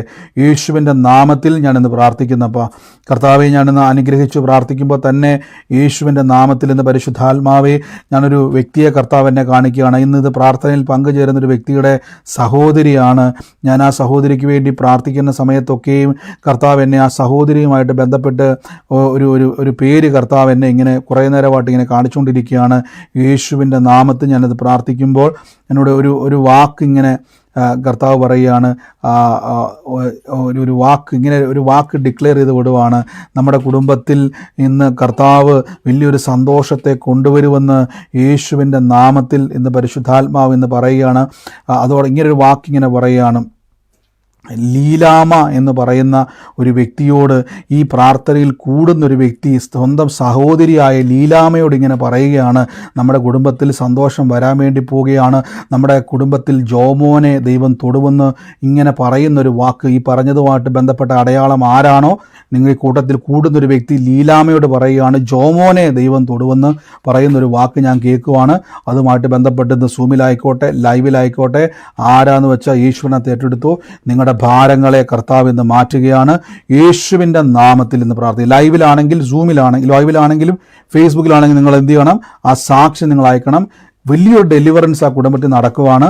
യേശുവിൻ്റെ നാമത്തിൽ ഞങ്ങൾ ഡിക്ലെയർ ചെയ്യുന്നപ്പോൾ അത്ഭുതകരമായ സാക്ഷ്യം ഇന്ന് കുടുംബത്തിൽ വെളിപ്പെടുകയാണ്. ഇൻ ദ നെയിം ഓഫ് എന്റെ സഹോദരിയാണ് ലീലാമ്മ. ഈ ജോമോൻ എന്ന് പറയുന്നത് അദ്ദേഹത്തിന്റെ വീട്ടിൽ വിളിക്കുന്ന ഒരു പെറ്റ് നെയിമാണ്. അതായത് അദ്ദേഹത്തിന്റെ ജോമോൻ എന്ന് വിളിക്കുന്നത്, അദ്ദേഹത്തിന്റെ പേര് ജെയിംസ് ആണ്, പക്ഷെ വീട്ടിൽ വിളിക്കുന്നത് ജോമോൻ എന്നാണ്. അവളുടെ ഭർത്താവാണ് അത്, എന്റെ അളിയൻ. ആളിയൻ യേശുവിന്റെ നാമത്തിൽ ഏറ്റെടുത്തു. വലിയൊരു ദൈവം. എന്നോട് ഈ കാര്യം വല്ലതും പറഞ്ഞിട്ടുണ്ടോ സഹോദരാ? ഒരിക്കലും പറഞ്ഞിട്ടില്ല. ഇല്ല, അന്ന് ഏറ്റെടുത്തു. ഇന്ന് വിടുതലാണ്, ഇന്ന് അത്ഭുതമാണ്. കർത്താവിന് പറയാം, അനർത്ഥം കുടുംബത്തിൽ നിന്ന് ഇറങ്ങിപ്പോവുക. യേശുവിൻ്റെ അധികാരമുള്ള നാമത്തിൽ നിന്ന് പ്രാർത്ഥിക്കുന്ന പരിശുദ്ധാത്മാവേ, ഇന്ന് അത്ഭുതകരമായ പ്രവർത്തികൾ വെളിപ്പെട്ടുകൊണ്ടിരിക്കും. എൻ്റെ കൂടെ ഇന്ന് പ്രാർത്ഥിച്ചു, എല്ലാവരും പ്രാർത്ഥിച്ചു. ഇന്ന് പുതുതായിട്ട് കയറുന്നവരുടെയൊക്കെ ഞാൻ പറയുന്നു, യേശുവിൻ്റെ തിരുമുറിവിനാൽ ദിവ്യ ആരോഗ്യം നമുക്ക് വന്നിരിക്കുന്നു. ദിവ്യ ആരോഗ്യം നമ്മുടെ അവകാശമാണ്. അത്ഭുതം നമ്മുടെ അവകാശമാണ്. ദൈവപ്രവൃത്തികൾ നമ്മുടെ അവകാശമാണ്. In the name of Jesus, യേശുവിൻ്റെ നാമത്തിൽ പ്രാർത്ഥിക്കുന്നു. ആ രോഗമുള്ള ഭാഗത്ത് കൈവച്ചേ, എന്നിട്ട് പറ, യേശുവിൻ്റെ തിരുമുറിവിനാൽ എനിക്ക് സൗഖ്യം. എൻ്റെ വേദന യേശു വഹിച്ചതാ പറഞ്ഞുകൊണ്ടിരുന്നത്. എൻ്റെ വേദന യേശു വഹിച്ചതാ.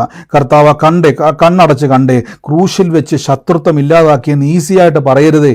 എന്തോരം വേദന യേശു അനുഭവിച്ചു. നിങ്ങളുടെ വേദനയാണ് യേശു കൊള്ളുന്നത്. നിങ്ങളുടെ വേദന കൊണ്ടാണ് യേശു കരയുന്നത്. നിങ്ങൾ അനുഭവിക്കുന്ന വേദനയാണ് യേശു അനുഭവിക്കുന്നത്. പറ, ഇനി ഞാൻ ചുമക്കത്തില്ല ഈ രോഗം, ഇനി ഞാൻ ചുമക്കത്തില്ല ഈ വേദന. എൻ്റെ യേശു എനിക്ക് വേണ്ടി വഹിച്ചു. വീൽ ചെയറിൽ ഇരിക്കുന്ന വ്യക്തിയോ എണീറ്റ് വാ, കിടക്കുന്ന രോഗിയെ എണീറ്റ് നടക്കുക. യേശുവിൻ്റെ നാമത്തിൽ ആ രോഗാത്മാക്കൾ, രോഗശക്തികളെ ഞങ്ങൾ യേശുവിൻ്റെ നാമത്തിൽ കൽപ്പിക്കുന്നപ്പ ഈ നിമിഷം പുറത്തു പോട്ടെ, ഈ നിമിഷം പുറത്തു പോട്ടെ. ഓ ജീസസ്, ഞാൻ കാണുന്ന ഒരു കാഴ്ച, ഒരു പിതാവിൻ്റെ പേരാണ് ഞാൻ കാണുന്നത്. ഔസേപ്പ് എന്ന് പറയുന്ന ഒരു പിതാവിൻ്റെ ഭവനത്തെ കർത്താവ് എന്നെ കാണിച്ചുകൊണ്ടിരിക്കുകയാണ്. ഔസേപ്പിൻ്റെ ഭവനത്തിൻ്റെ മേൽ കർത്താവിൻ്റെ വലിയ പ്രവൃത്തി വെളിപ്പെടുന്നു. ഞാൻ കാണുന്നൊരു കാഴ്ച, ഈ ഔസേപ്പ് എന്ന് പറഞ്ഞ പ്രായവര അപ്പച്ചാണ്, പക്ഷെ പേരെ ഞാൻ കാണുന്നുള്ള, ആളെ കാണുന്നില്ല. ഔസേപ്പിൻ്റെ ഒരു സഹോദര കുടുംബം തന്നെ ആ വീടിൻ്റെ തൊട്ടതിരി തന്നെ മാറി താമസിക്കുന്നുണ്ട്. ഞാൻ കാണുന്നൊരു കാഴ്ച എന്ന് പറഞ്ഞാൽ, ഈ രണ്ട് കുടുംബത്തിൻ്റെ മേലും രോഗത്തിൻ്റെ ദുരാത്മാക്കൾ കുടുംബത്തിൽ കയറിക്കൂടിയിട്ടുണ്ട്. പല ആളുകളെ രോഗികളാക്കി കിടത്തി, രോഗത്താൽ പലരുടെ ജീവിതം തകർത്തു ഹോസ്പിറ്റലുകളിൽ കൊണ്ടുവന്ന് ലക്ഷങ്ങൾ കളയുന്ന രോഗശക്തി, രോഗാത്മാവിനെയും ഇപ്പോൾ യേശുവിൻ്റെ നാമത്തിൽ ഞങ്ങളിന്ന് പുറത്താക്കുന്നു. ഇപ്പോൾ തന്നെ കുടുംബത്തിൻ്റെ മേൽ സമാധാനം വരികയാണ്.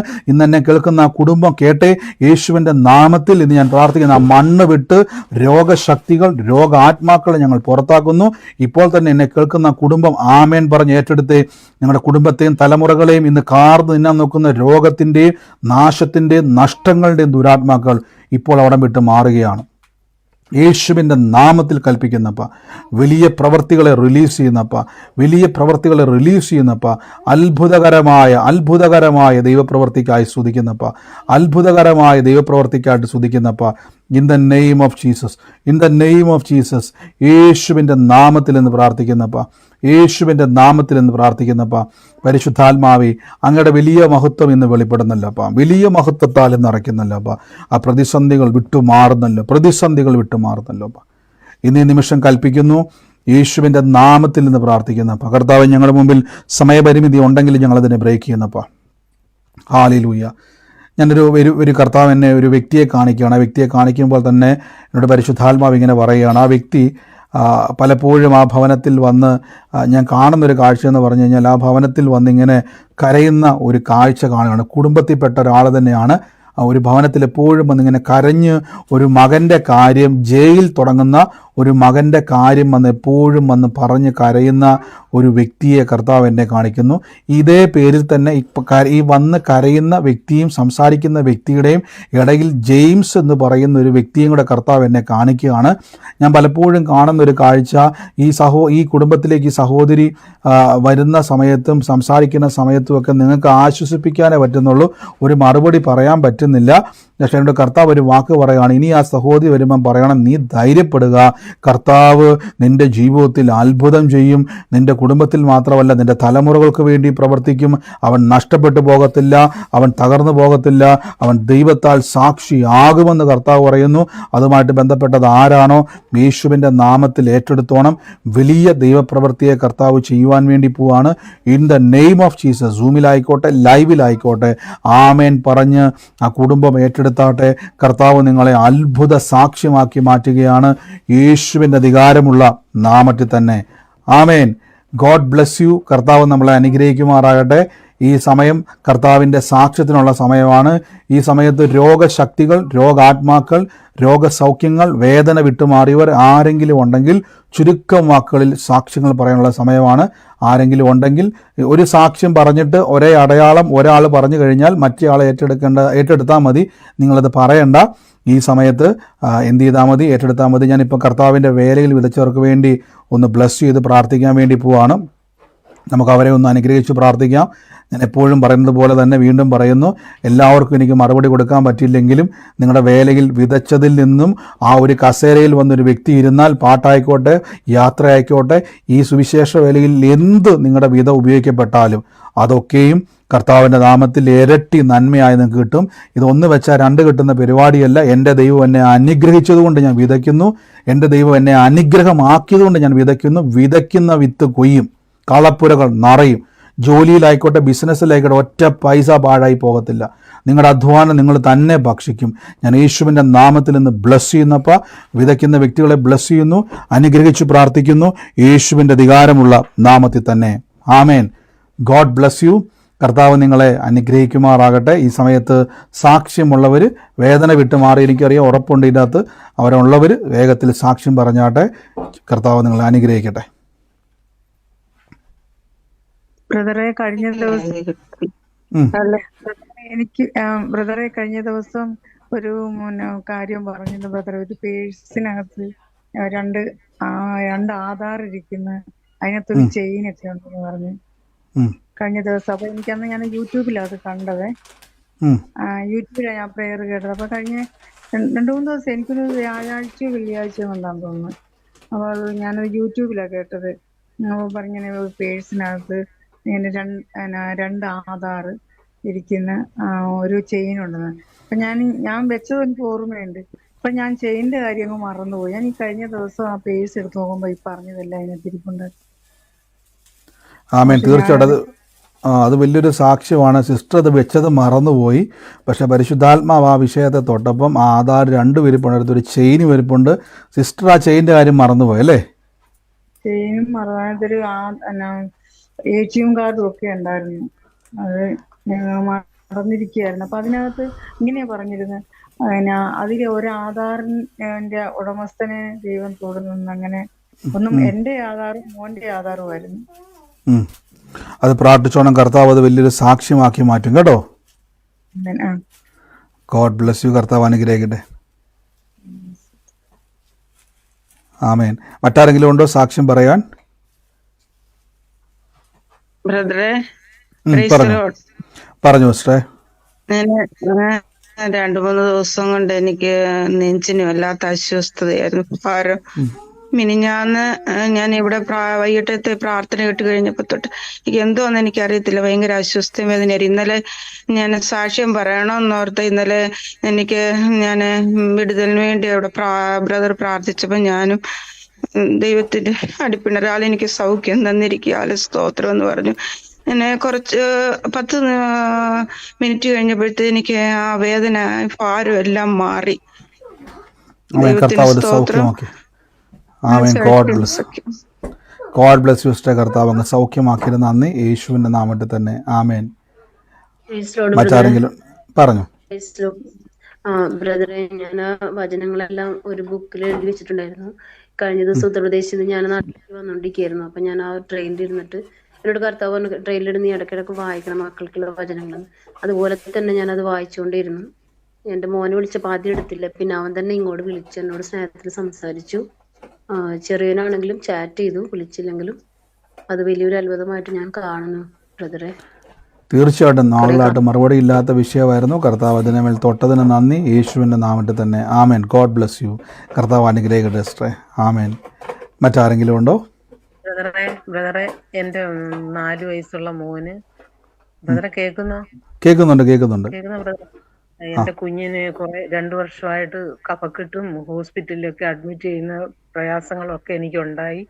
ഞാനും കുഞ്ഞു മാത്രമേ ഉള്ളായിരുന്നു. ബ്രദറിന്റെ പ്രാർത്ഥനയെ ഞാൻ ഇന്ന് കുഞ്ഞിന് വേണ്ടി ഇന്ന് നെഞ്ചത്ത് കൈവച്ച് പ്രാർത്ഥിക്കുകയൊക്കെ ചെയ്തു. ഇപ്പൊ അവൻ റെഗുലറായിട്ട് സ്കൂളിൽ പോകുന്നുണ്ട്, പഠിക്കുന്നുണ്ട്. അതിന് ഇപ്പോഴും കിടപ്പുണ്ടെങ്കിലും അവൻ എന്നോട് പറയും, ബ്രദറിന്റെ പ്രാർത്ഥന വരും, പറയും യേശു പച്ച വന്നെന്ന് പറയും എന്നിട്ട് അവനങ്ങ് ഉറങ്ങുകയും ചെയ്യും. ഇന്ന് കുഞ്ഞിന് ഒത്തിരി സുഖമായി വരുന്നുണ്ട് ബ്രദറെ. എന്തായാലും പഴയതിലൊക്കെ ഒരുപാട് വ്യത്യാസം കർത്താവ് വരുത്തി. ആമേൻ. തീർച്ചയായിട്ടും കർത്താവ് അങ്ങ് തൊട്ടതിന് നന്ദി, അങ്ങ് സൗഖ്യമാക്കിയത് നന്ദി, യേശുവിന്റെ നാമത്തിൽ തന്നെ. God bless you sister. കർത്താവ് അനുഗ്രഹിക്കട്ടെ. ബ്രദറെ, ഒരു കാര്യം പറഞ്ഞോട്ട്, ആ തടി ഇരിക്കുന്ന കാര്യം എന്റെ വീടിനെ കുറിച്ചാണ് ബ്രദറെ പറഞ്ഞത്. അതിപ്പോ ഏകദേശം 2016 തൊട്ട് ആ തടി അവിടെ അങ്ങനെ ഇരിക്കുക. അർപ്പിക്കണമെന്ന് പറഞ്ഞ് അങ്ങനെ വെച്ചിരിക്കുക ബ്രദറെ. ജോബി എന്റെ മരുന്നതിനുവാ ഏറ്റെടുത്ത സിസ്റ്റർ. കർത്താവ് അത് വലിയൊരു സാക്ഷ്യമായിട്ട് കർത്താവ് അത് മാറ്റും കേട്ടോ. ഏറ്റെടുത്തോണം, കർത്താവ് അത് സാക്ഷ്യമാക്കും. ആമേൻ. മറ്റാരെങ്കിലും ഉണ്ടോ?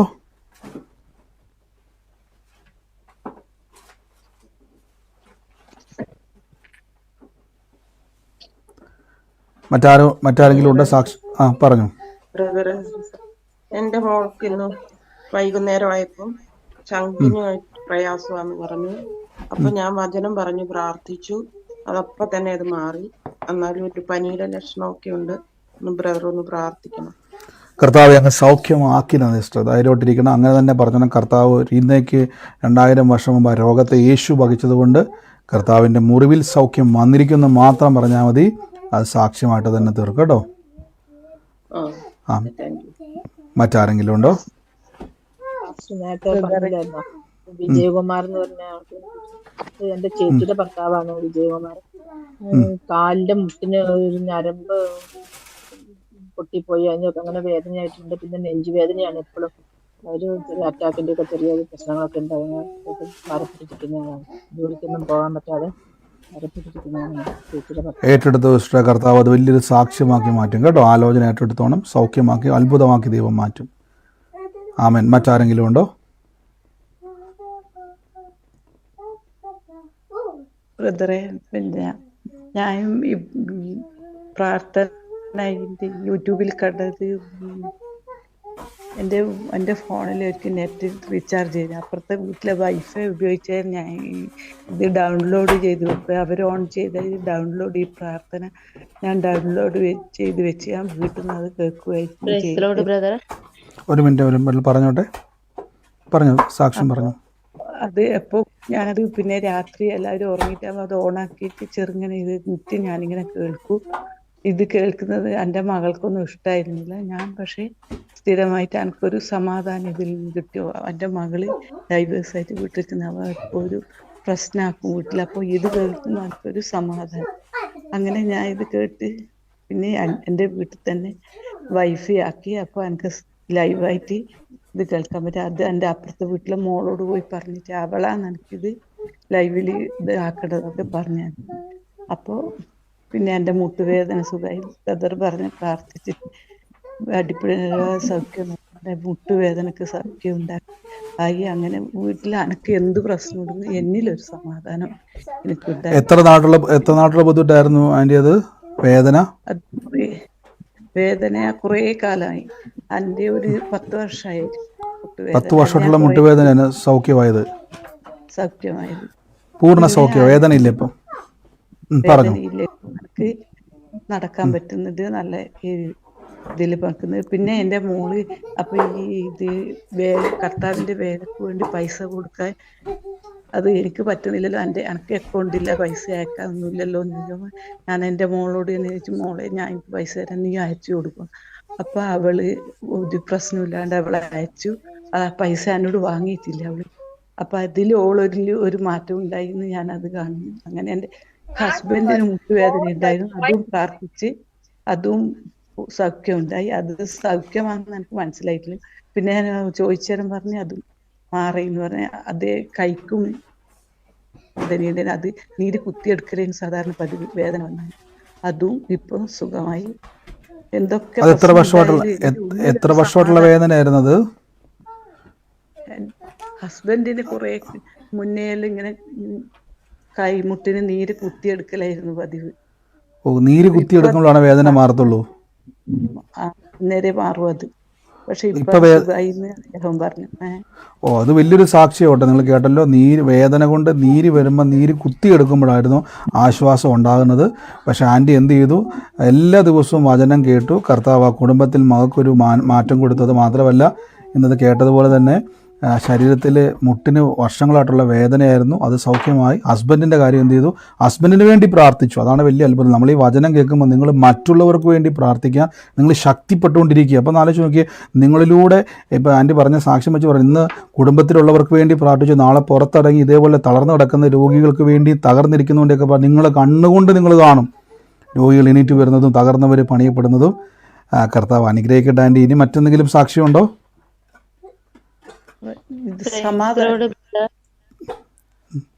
ആമേൻ, തീർച്ചയായിട്ടും. എനിക്ക് ആൻറ്റി ഇത് പറഞ്ഞു വന്നുകൊണ്ട് ഞാൻ പറഞ്ഞത്, എനിക്കത് കേട്ട വലിയ സന്തോഷം. കാര്യം ആ നീര് കുത്തിയെടുത്താലേ ഉള്ളൂ മാറ്റം വരത്തുള്ളായിരുന്നു. പക്ഷേ പ്രാർത്ഥനയിൽ കർത്താവ് അത് സൗഖ്യമാക്കി. ആ വേദന അനുഭവിക്കുന്നവർക്കേ അതിൻ്റെ ഭാരം അറിയത്തുള്ളൂ. അറിയുന്ന വിമുക്തി നേടുമ്പം കർത്താവിൻ്റെ മുഖത്തുനിന്ന് കേട്ടതുപോലെ നിരപ്പിൻ്റെ ശുശ്രൂഷയാണ് നടന്നത് ക്രൂശിൽ. God bless you. കർത്താവ് അനുഗ്രഹിക്കട്ടെ. ആമേൻ. മറ്റാരെങ്കിലും ഉണ്ടോ സാക്ഷ്യം പറയാൻ? ഹലോ, പറഞ്ഞു സിസ്റ്റർ. പറഞ്ഞു സിസ്റ്ററെ. പിന്നെ എൻ്റെ ആങ്ങളയുടെ മകൾക്ക് മക്കളില്ലായിരുന്നു. അപ്പം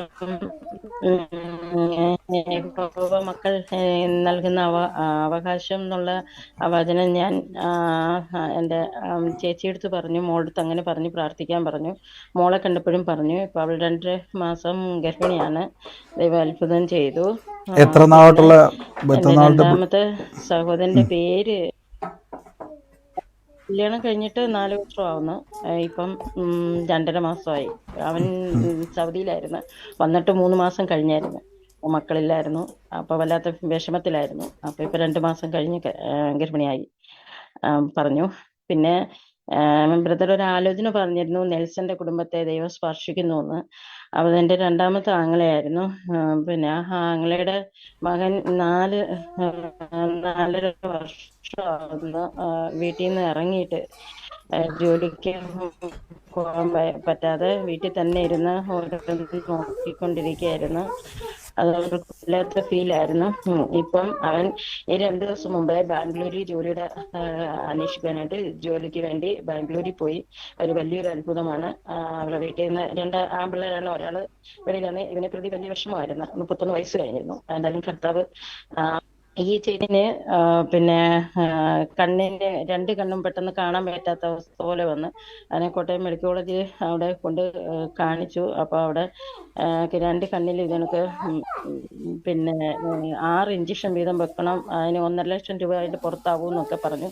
അങ്ങനെ ഷുഗറൊക്കെ കൂടിയിരുന്നു. അങ്ങനെ വീട്ടിൽ വന്നു. അപ്പൊ ഞാൻ എന്നെ കണ്ടപ്പോൾ ഞാൻ പറഞ്ഞു, യേശുവിന്റെ തിരുമുറിനാൽ സൗഖ്യമുണ്ട് ചേച്ചി, ഇങ്ങനെ പറഞ്ഞാൽ മതി. യേശുവിടെ അടിപ്പിണരാൽ കണ്ണിന് സൗഖ്യം വന്നിരിക്കുന്നു എന്ന് പറയാൻ പറഞ്ഞു. അവർക്ക് വിശ്വാസം ഇല്ലെങ്കിലും പറഞ്ഞു. അങ്ങനെ ഇരുന്ന് അവര് പിന്നെ രണ്ടാമത് വേറൊരു ഹോസ്പിറ്റലിൽ പോയപ്പം മരുന്ന് ഇഞ്ചക്ഷൻ കണ്ണിന് വേണ്ട മരുന്ന് ഒഴിച്ചപ്പോൾ നല്ല വ്യത്യാസമുണ്ട്. ഇപ്പം ഹാപ്പി ആയിട്ടിരിക്കുന്നു. അത് മൂത്ത ചേച്ചിയുടെ എൻ്റെ മൂത്ത നാത്തുവിൻ്റെ കയ്യിലും കാലും നീരുമായിട്ട് വീട്ടിൽ വന്നപ്പോൾ ഞാൻ ഇതിൽ പറഞ്ഞു, ഈശോയുടെ അടുപ്പിനാൽ സൗഖ്യം വന്നിരിക്കുന്നു ചേച്ചിയെന്ന്. അങ്ങനെ പറഞ്ഞ് പ്രാർത്ഥിക്കാൻ പറഞ്ഞു. ഇപ്പം 2 ദിവസം മുമ്പ് ചേച്ചി പറഞ്ഞു ഇപ്പൊ നീരൊന്നുമില്ല, ജോലി പഴയതുപോലെ ചെയ്യുന്നുണ്ടെന്ന് പറഞ്ഞു. അപ്പൊ ഇതെനിക്ക് ഈശോ ഒരുപാട് അത്ഭുതം ചെയ്യുന്നുണ്ട്. പിന്നെ എൻ്റെ മോന് തീർച്ചയായിട്ടും ഇതിനു മുമ്പ് ഒരു കൂട്ടുകാരൻ 1,00,000 രൂപ പറ്റിച്ചുകൊണ്ട് പോയി. അത് പലിശ അടയ്ക്കാൻ അത് വല്ലാത്തൊരു വിഷമത്തിലാണ് ഈ സാമ്പത്തിക തകർച്ച മൊത്തം വന്നത്. അപ്പൊ അത് ബ്രദറ് അതിന്റെ പ്രാർത്ഥന ദൈവം അത്ഭുതം ചെയ്യുമെന്ന് പറയുന്നുണ്ട്. തീർച്ചയായിട്ടും പ്രേസിച്ച് പറഞ്ഞ പോലെ തന്നെ ഇന്ന് പറഞ്ഞ പോലെ തന്നെ നിങ്ങൾ യഹോവ ദൈവം തരുന്ന മഹത്വം അർപ്പിക്കുന്നു. മക്കൾ ദൈവം തരുന്ന അവകാശമെന്ന് പറഞ്ഞു കൊടുത്ത് 4 വർഷമായിട്ട് തലമുറ ഉണ്ടായിരുന്നിരുന്ന അവർക്ക് തലമുറ ലഭിക്കുവാൻ ഇടയാത്തത് മാത്രമല്ല, നെൽസൺ എന്ന് പറയുന്ന ഒരു പേര് കർത്താവ് കുടുംബവുമായിട്ട് ബന്ധപ്പെടുത്തി വെളിപ്പെടുത്തി പറഞ്ഞ പോലെ അവിടുത്തെ ഒരു മകനായിരുന്നു കുടുംബത്തിലെ. അവൻ കുറേ നാളായിട്ട് 31 വയസ്സായിട്ടും ജോലിയില്ലാതെ ഒത്തിരി ഭാരപ്പെട്ടു. ഞാൻ പറഞ്ഞു ചില തടസ്സങ്ങൾ നമ്മുടെ ജീവിതത്തിലുണ്ട്. എന്നാൽ കർത്താവ് ആ പ്രവചന ആലോചനയിലൂടെ അത് വെളിപ്പെടുത്തി ആ മകൻ്റെ തടസ്സത്തെ മാറ്റി നല്ലൊരു നന്മ ലഭിക്കുവാൻ ദൈവം ഇടയാക്കി തീർന്നു. ഗോഡ് ബ്ലെസ് യു സിസ്റ്ററെ. കർത്താവ് അനുഗ്രഹിക്കട്ടെ യേശുവിൻ്റെ നാമത്തിൽ തന്നെ. ആമേൻ. മറ്റാരെങ്കിലും ഉണ്ടോ സാക്ഷ്യം പറയുവാൻ? ഹലോ, പറഞ്ഞു കേക്കാവോ? പറഞ്ഞോ. ഫാസ്റ്റേ, എനിക്ക് 26 വയസ്സായി.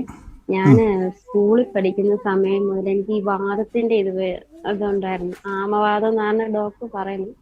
ഈ കാലിന്റെ ഈ താഴ്ഭാഗത്ത് നീര് വെച്ച് ബലൂൺ പോലെ ഇങ്ങനെ വീർത്ത് വരും. അത് തണുപ്പ് സമയത്താണ് എനിക്ക് അങ്ങനെ വരുന്നത്. വേദന വന്നിട്ട് ഞാൻ എവിടെയെങ്കിലും ഒരു മണിക്കൂർ ഇരിക്കുമ്പോഴേക്ക് കാല് നീര് വെച്ച് ഇങ്ങനെ വരുമായിരുന്നു. അപ്പൊ ഞാൻ നടന്നു വരുമ്പോഴൊക്കെ കാലിലെ നീര് കണ്ടിട്ട് എല്ലാവരും അതിശയിച്ചിട്ട് എന്തുവാ, രാവിലെ ഒരു കുഴപ്പമില്ല, സ്കൂൾ വിട്ട് വരുമ്പോഴേക്ക് ഇങ്ങനെ ഈ കാല് നീര് വെച്ച് ഇങ്ങനെ ഇരിക്കുന്നു. ആ ഒരു വേദന ഒരു 10 വർഷത്തോളമായി ഞാൻ ആ വേദന സഹിക്കുന്നത്. തണുപ്പ് സമയത്താ, ഉണക്കൊക്കെ ഒരു പ്രശ്നമില്ല. ഈ മഴ സമയത്ത് അല്ലെങ്കിൽ ഈ മഞ്ഞിന്റെ സമയത്തൊക്കെ എനിക്ക് ഈ പ്രശ്നം വരുന്നത്. അതിന് ഞാൻ കുറെ മരുന്നൊക്കെ കഴിച്ചു, ഒന്നും മാറുന്നില്ല. ആ ഒരു ക്ലൈമറ്റ് ആകുമ്പോഴേക്കും പിന്നെയും വേദന വരുന്നു. അപ്പൊ ഞാൻ ഈ അതായത് ഒരു 4 മാസം മുന്നേ ഞാനൊരു ഡോക്ടറിനെ കണ്ടിട്ട് ഈ വിവരം പറഞ്ഞു. ഞാനന്നേരം ഡോക്ടർ എനിക്ക് ഗുളികയൊക്കെ കഴിച്ചു തന്നു. ഗുളിക കഴിച്ചിട്ട് ഞാൻ വീണ്ടും എനിക്ക് വേദന വന്നിട്ട് ഞാൻ വീണ്ടും ഡോക്ടറെ കാണാൻ പോയി. അപ്പോൾ ഡോക്ടർ പറഞ്ഞു ഇഞ്ചക്ഷൻ ചെയ്യാം, ഇഞ്ചക്ഷൻ ചെയ്തിട്ട് വേദന വരുവാണെങ്കിൽ വരാൻ പറഞ്ഞു. ഇഞ്ചക്ഷൻ ചെയ്തിട്ട് അന്നേരം വേദന വന്നില്ല, ഞാൻ പിന്നെ പോയില്ല. അപ്പം ഈ അടുത്ത് എനിക്ക് ഇങ്ങനെ വേദന പിന്നെയും വന്നു. അന്നേരം എനിക്ക് മനസ്സിലായി ഇത് മാറിയില്ല. അപ്പൊ പാസ്റ്ററിന്റെ രോഗസൗഖ്യത്തിന്റെ ക്ലാസ് അറ്റൻഡ് ചെയ്തായിരുന്നു. അപ്പൊ ഞാൻ അന്ന് മുതൽ ഞാനിങ്ങനെ രോഗസൗഖ്യത്തിന്റെ ഇങ്ങനെ വചനം ഇങ്ങനെ ചൊല്ലുന്നത്. ആ സമയത്താ എനിക്ക് ഈ വേദന വന്നത്. അപ്പൊ ഞാന് അത് ചൊല്ലിക്കഴിഞ്ഞപ്പം എനിക്കിപ്പോ വേദന ഇതുവരെ വന്നിട്ടില്ല. ഇപ്പൊ തണുപ്പ് സമയം ആയതുകൊണ്ട് എനിക്ക് ഇതുവരെ ആ വേദന അനുഭവപ്പെട്ട് തുടങ്ങിയിട്ടില്ല. അങ്ങനെ മാറിയെന്ന് ഞാൻ വിശ്വസിക്കുന്നു. എത്ര ദിവസമായിട്ട് സിസ്റ്റർക്ക് വേദന അനുഭവിക്കുന്നില്ല? ഇപ്പോ മഴ ഇപ്പൊ 1 മാസത്തോളായെന്ന് തോന്നുന്നു മഴ തുടങ്ങിയിട്ട്. സാധാരണ ഈ സമയത്ത് സിസ്റ്റർക്ക് വേദന അനുഭവിക്കുന്നതാണോ? അതെ അതെ അതെ. അത് ഇത് വലിയൊരു സാക്ഷി സിസ്റ്ററെ. അത് വലിയൊരു സാക്ഷ്യ കാര്യം. സിസ്റ്റർ പറഞ്ഞാൽ 10 വർഷമായിട്ടുള്ള ആമവാദത്തിൻ്റെ അസുഖമായിരുന്നു. അത് വേദനയാൽ എല്ലാ തണുപ്പ് കാലം വരുമ്പോഴേ വേദന വരുമായിരുന്നു. ഇഞ്ചക്ഷൻ എടുത്തിട്ട് പോലും ഡോക്ടർ പറഞ്ഞ ഇഞ്ചക്ഷൻ എടുത്ത് മാറ്റമില്ല. ഇപ്പം 1 മാസമായിട്ട് രോഗസൗഖ്യത്തിൻ്റെ ക്ലാസ് കേട്ട് പ്രാർത്ഥിച്ചതിന് ശേഷം ഇപ്പം 1 മാസമായിട്ട് വേദനയില്ല. അതിൻ്റെ അർത്ഥം എന്താണ്? കർത്താവ് ആ വേദന ക്രൂശിൽ വഹിച്ചു എന്നതിൻ്റെ അത്ഭുതം നടന്നു കഴിഞ്ഞെന്ന് അർത്ഥം. ഈ 1 മാസം സാധാരണ ഇങ്ങനെ വേദന തുടക്കത്തിലേ വരുന്നതല്ലേ തണുപ്പ് വരുമ്പോൾ? അതെ അതെ. വേദന സഹിക്കാൻ ഞാൻ ചൂടുവെള്ളത്തിൽ തോർത്ത് മുക്കി ഞാൻ ചൂട് വരെ വെക്കുമായിരുന്നു. അങ്ങനെ ഞാൻ ആശ്വാസപ്പെട്ടു പോയി. പക്ഷെ ഇത് വലിയൊരു സാക്ഷി കേട്ടോ. വേദന വരുമ്പോഴൊക്കെ ഞാൻ ചൂടുവെള്ളത്തിൽ കാല് വെക്കുകയും അങ്ങനെ ഞാൻ ആശ്വസിച്ചു പോവായിരുന്നു പാസ്റ്റർ. സത്യം പറഞ്ഞാൽ ഇപ്പൊ എനിക്ക് ഇത്രയും ദിവസമായിട്ട് എനിക്കിപ്പോ അങ്ങനെ ഒരു വേദന വരുന്നേ ഇല്ല. ആമേൻ. അത് അത്ഭുത സിസ്റ്റർ. ഇനി അത് മേലാ വരത്തില്ല കേട്ടോ. സാധാരണ സിസ്റ്റർ പറഞ്ഞ തണുപ്പ് തുടങ്ങുമ്പോഴേ ചൂടുവെള്ളമായിട്ട് വരണ്ടായിരുന്നു. പക്ഷെ ഇപ്പോൾ ആ രോഗസൗഖ്യത്തിന്റെ ക്ലാസ് കേട്ടതിന് ശേഷം അതിന്റെ അർത്ഥം ഇത്രയും ദിവസമായിട്ട് എനിക്കിങ്ങനെ വന്നിട്ടില്ല വേദന. അപ്പൊ ഞാനത് ഇനി വരത്തില്ല. ഒരു മാസം എനിക്ക് വേദന അപ്പൊ നമ്മൾ പറഞ്ഞ കർത്താവ് എന്നെ പൂർണ്ണമായി സൗഖ്യമാക്കിയതിന് ഇനി സംശയിക്കുകയാണ്. കാര്യം ഈ ഒരു മാസമായിട്ട് സാധാരണ തണുപ്പ് വരുമ്പോഴേ തുടങ്ങുന്ന വേദന ഒരു മാസമായിട്ട് കാണുന്നതിന്റെ അർത്ഥം യേശു എടുത്തുകൊണ്ട് പോയി.